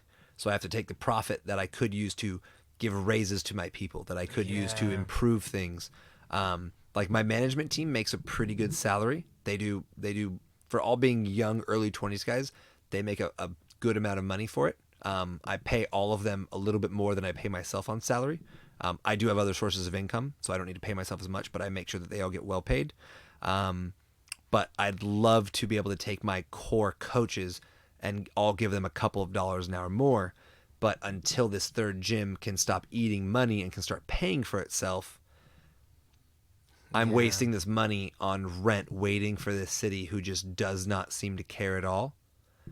Despite what can you do to fight them and say, hey, we need to get this show on the road, let's go. Every time it's just you just keep spamming them with calls and they're just like, yeah, we're working on it. Yeah, well, part of the problem is I also got an engineer that I'm not very excited about who has taken 2 months to make the changes to my plans to turn them back into the city. So it's just like I just keep running into people that just don't give a fuck, and I can only push them so hard. And then the city comes back and goes, this is the last thing you need to do. And then you're approved. And I finish that. And then they go, okay, cool. You're approved for this part of the city. But now you've finished planning. Now you have to go over to building. Then I'm like, okay, I'm doing all my stuff with building. And building's like, okay, we need all these extra things. I'm like, planning didn't say anything about that. And they're like, yeah, well, we're a different part. And we decided we want these extra things. Like just the other day, they're like, you know what we want? We want this 2 foot by 2 foot, 2 foot deep wash basin to be put into your bathroom. Like, the bathrooms already exist. You want me to tear out the walls and the floor and put in a whole new set of piping and no, my wife has a boyfriend already. She sounds hot. Your boyfriend, that is. Basically, they want me to do all these extra pipes and water stuff that's going to cost another $7 or $8 to put a giant wash basin in. And when I go to the city, I'm like, why do you want this giant wash basin? They're like, oh, well, it's new 2020 regulations, and since you haven't opened yet, you're in order to finish your stuff, you got to do these new regulations. And I'm like, what's the purpose of this? And they're like, oh, it's so you can wash your mops and things like that. And I was like, my ground is carpet bonded foam. It's carpet and foam. I'm not gonna mop it. So now I have to fight the city to not make me spend $7,000 or $8,000 to put in a giant fucking sink in order to open that I will never use. So it's just dumb shit like that. Same thing, they're requiring me to install all these heaters and show calculations. California just is very anti-business, unfortunately, despite all the things they will say of that. And so they're fighting me on all these new energy policies. Even though it's the same lighting system that has been in this building for 40 years, I have to hire an engineer and pay them $5,000 to go through and find out what the wattage of every single light is and how much power it uses, and put together all these calculations to let the city know exactly how much power in terms of using my lights and my water and my heating and all these things that every light in the entire place uses. That's insane. Yeah. And my personal favorite right now is they're trying to make me install a bunch of 4-ton heating systems on top of the roof, which would be another couple $100,000 that I definitely do not have. For what? Because now that it's no longer a warehouse and it's considered a commercial building, I have to have enough heating to keep at a certain temperature at all times. I'm like, it's a gym. They're going to work out. California. In the desert. And they're like, oh, it's new California green regulations. You got to have heating and cooling things. So I'm fighting everyone and everything to try to get this goddamn thing taken care of. And I'm like, why do you people want me to go bankrupt before I open my gym in your city? Do you not want something dope for your family and kids? I know you've gotten lots of phone calls from them because I did a freebie day. So I can't open and take money, but I can do free events. So I've done a couple free events to let people come in. My very first free event, 6 hours long, 300 kids showed up. I got over 100 people on a waiting list. I've got 70 people prepaid, ready to go and transfer into this gym. Can't take them or any more of their money. I had to actually have them pay my other gym to do that membership and then hold that membership on pause to transfer over because I can't legally take money there until it's all done. That's insane. So, moral of the story, don't go to California. Parkour gyms. More beach for me. Oh. Yeah, all that good stuff. I tossed that on the floor. I'm so sorry. Galaxy, man. Is this the It's one gym of my that's gyms. giving you trouble? No, my Galaxy is open. This is the one that they maybe built that $40,000 bathroom that has like never been used. Oh my god. So dumb. They're like, well, because of the size of the facility and what you're trying to do, we see your maximum occupancy as 245 people, so you have to have this fourth bathroom. And I'm like, if I can have 245 students in my gym at one time, I will shit myself. It's not a joke. Like, I will poop all over myself. I'll be like, oh my God, there's so many kids here. I'll send you a video. I'm like, oh my God. But, cities, what can you do? Yeah. Nothing. I just got to suffer through it, or I have to open illegally. But I'm trying real hard to be good and not open illegally. I know too many gyms that have done that and then got fucked. Can you give me a vague story? No names. There may or may not be another gym in California that 2 years ago opened without any permits, without a business license, without anything. They just literally moved in, built their gym, and opened I up. feel like that's probably the most important one. And anybody who's in the parkour industry will know this one. I'm not going to get too into it because I'm like all stories. There's more to it, I'm sure, than I know. Mm-hmm. But none of their stuff was permitted, obviously, because they did not tell me they were there. And they had a catastrophic failure where their mezzanine collapsed and sent dozens of children to the hospital along with some adults, one with a spinal injury, which has ended them in perpetual litigation. They also had another gym before that, so you can imagine now both of their gyms are under a lot of water and being sued and all that kind of stuff. So yeah, there are people who do that. I mean, one of the more well-known ones was one of the first gyms in all of the United States, Parkour Visions, and they opened up. And when they moved to their second facility, they were at for a long time. They never got. It was a warehouse. They weren't legally allowed to be there. They didn't get permission from the city or get any of their permits. The city sent them a bunch of things like, hey, you're not allowed to be here. You didn't do all your stuff. You have to come apply for a conditional use permit. We'll work with you. They ignored it. And the city sued them and kicked them out of there. And that's why Seattle doesn't have a parkour gym anymore. So there's a lot of stuff. I don't want to end up down that route. Yeah. But also I don't want to go bankrupt. So I'm trying to... If I go bankrupt, I've now got 50 coaches and office people that work for me that depend on me to pay their bills. Some of them have kids. Some of them are going to school. Some of them work for me full time, and that's their entire life. Yeah. I have to make sure these people are taken care of. It's a responsibility on me to take care of what is now my family. So whether that means I have to open some stuff under the table or figure out some stuff. I've tried all kinds of things to have that gym make some money while I'm not legally open for classes. Yeah. I let a kid throw what was supposed to be a birthday party. It was supposed to be his 20th birthday party. Wanted to bring a bunch of friends and bring a friend with a DJ station and stuff. No, that fucking kid lied to me. He threw a rave. He brought 3 DJ stations. I came in. There were 300 teenagers holding a rave inside of my warehouse. Like... The world is crazy, man. Like the cops showed up. It was fucking insane. Man, that's crazy. But they had hired bouncers, and the bouncers went and talked to the cops and convinced them that it was a high school dance, and the music just got a little too loud, and they'd turn it down. That's crazy. And I showed up, and I had to kick them all out. I was like, "Get the fuck out of here! What are you doing?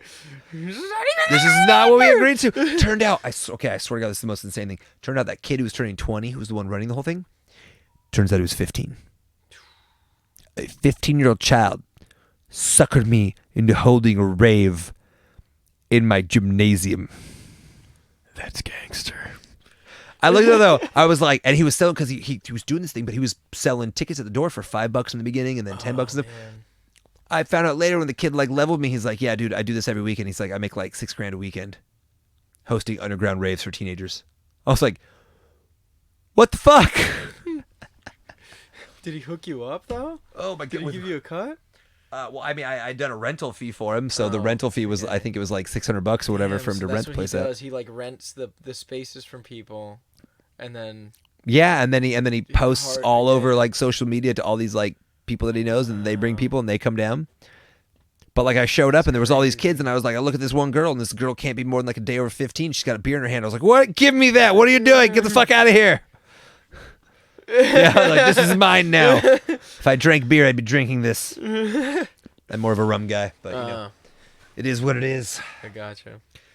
Oh, good shit. I love how I've been telling all these stories, and I'm like, good. I attached this to all of my companies. Fantastic. All the companies where I work with children: Firestorm, West Coast Parkour Championships. I think. Oh God.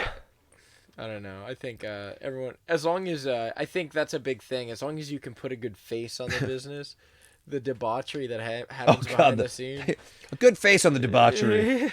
I mean, I'm saying like it's better than like the scandals that go on like on the with the, like the what's this guy, the Weinstein guy that's like, oh yeah, you know what I mean? It's better than those crazy kooks. Yes, that are I've never tried to force any of my people. female coaches to have sex with me for their coaching position. Yeah. Exactly. Now what they've chosen to do of their own free will. No, I don't think I've ever had sex with an employee. So that's good.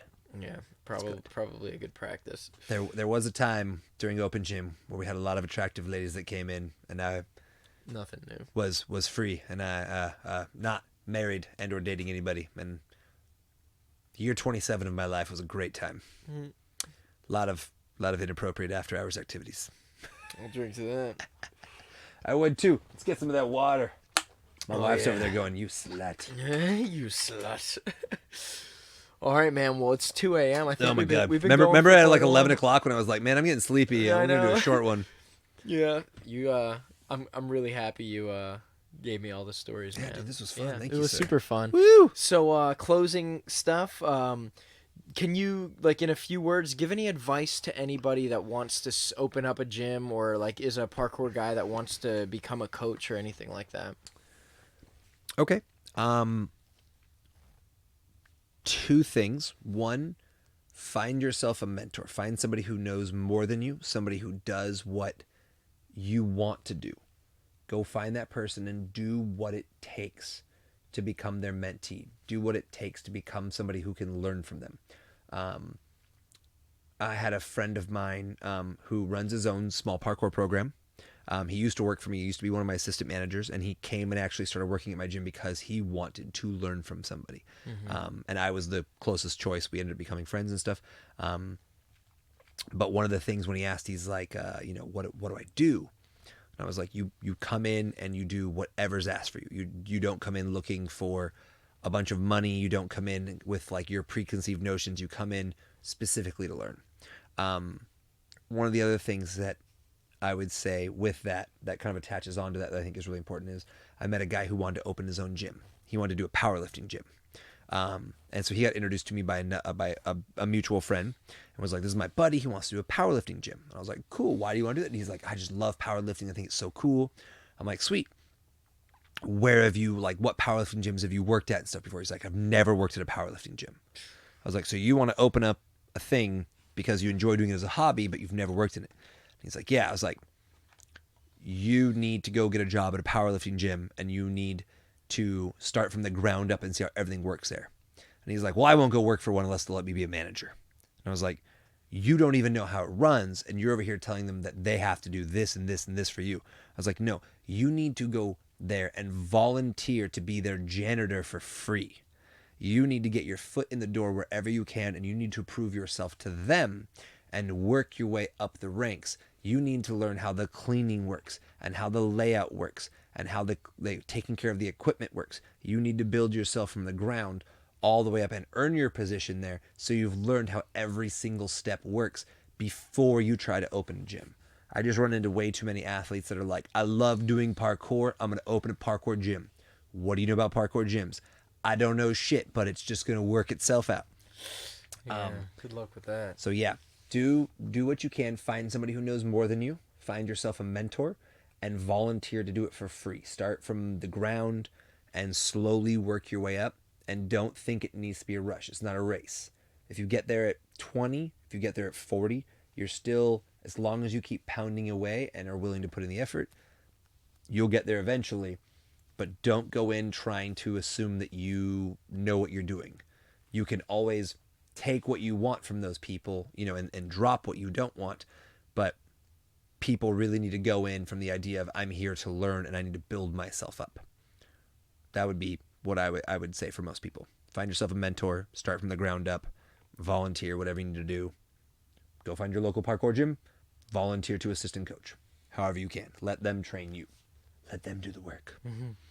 Yeah, exactly. I think that's a big thing. Like, just a good tell to my IT knowledge that I have. Like, I could have went in and said, "Oh, I'm just gonna do help desk and just do whatever I bare minimum stuff." But I was always chasing, like, oh man, like, how does this work? Like, how are these hackers even doing some of the stuff you're seeing in the news? And I'd start to learn, and that's how I went from like a basic IT guy to like credentialed, junior engineer. You got to chase it down. You gotta, man. You gotta put the hours in. You gotta prove yourself and prove that your interest is more than just surface level. Yeah. But that's super awesome. Thanks, Justin. Yeah, man. It's super fun. So happy having you on, man. Woo! And that's a wrap. I feel special. My friend.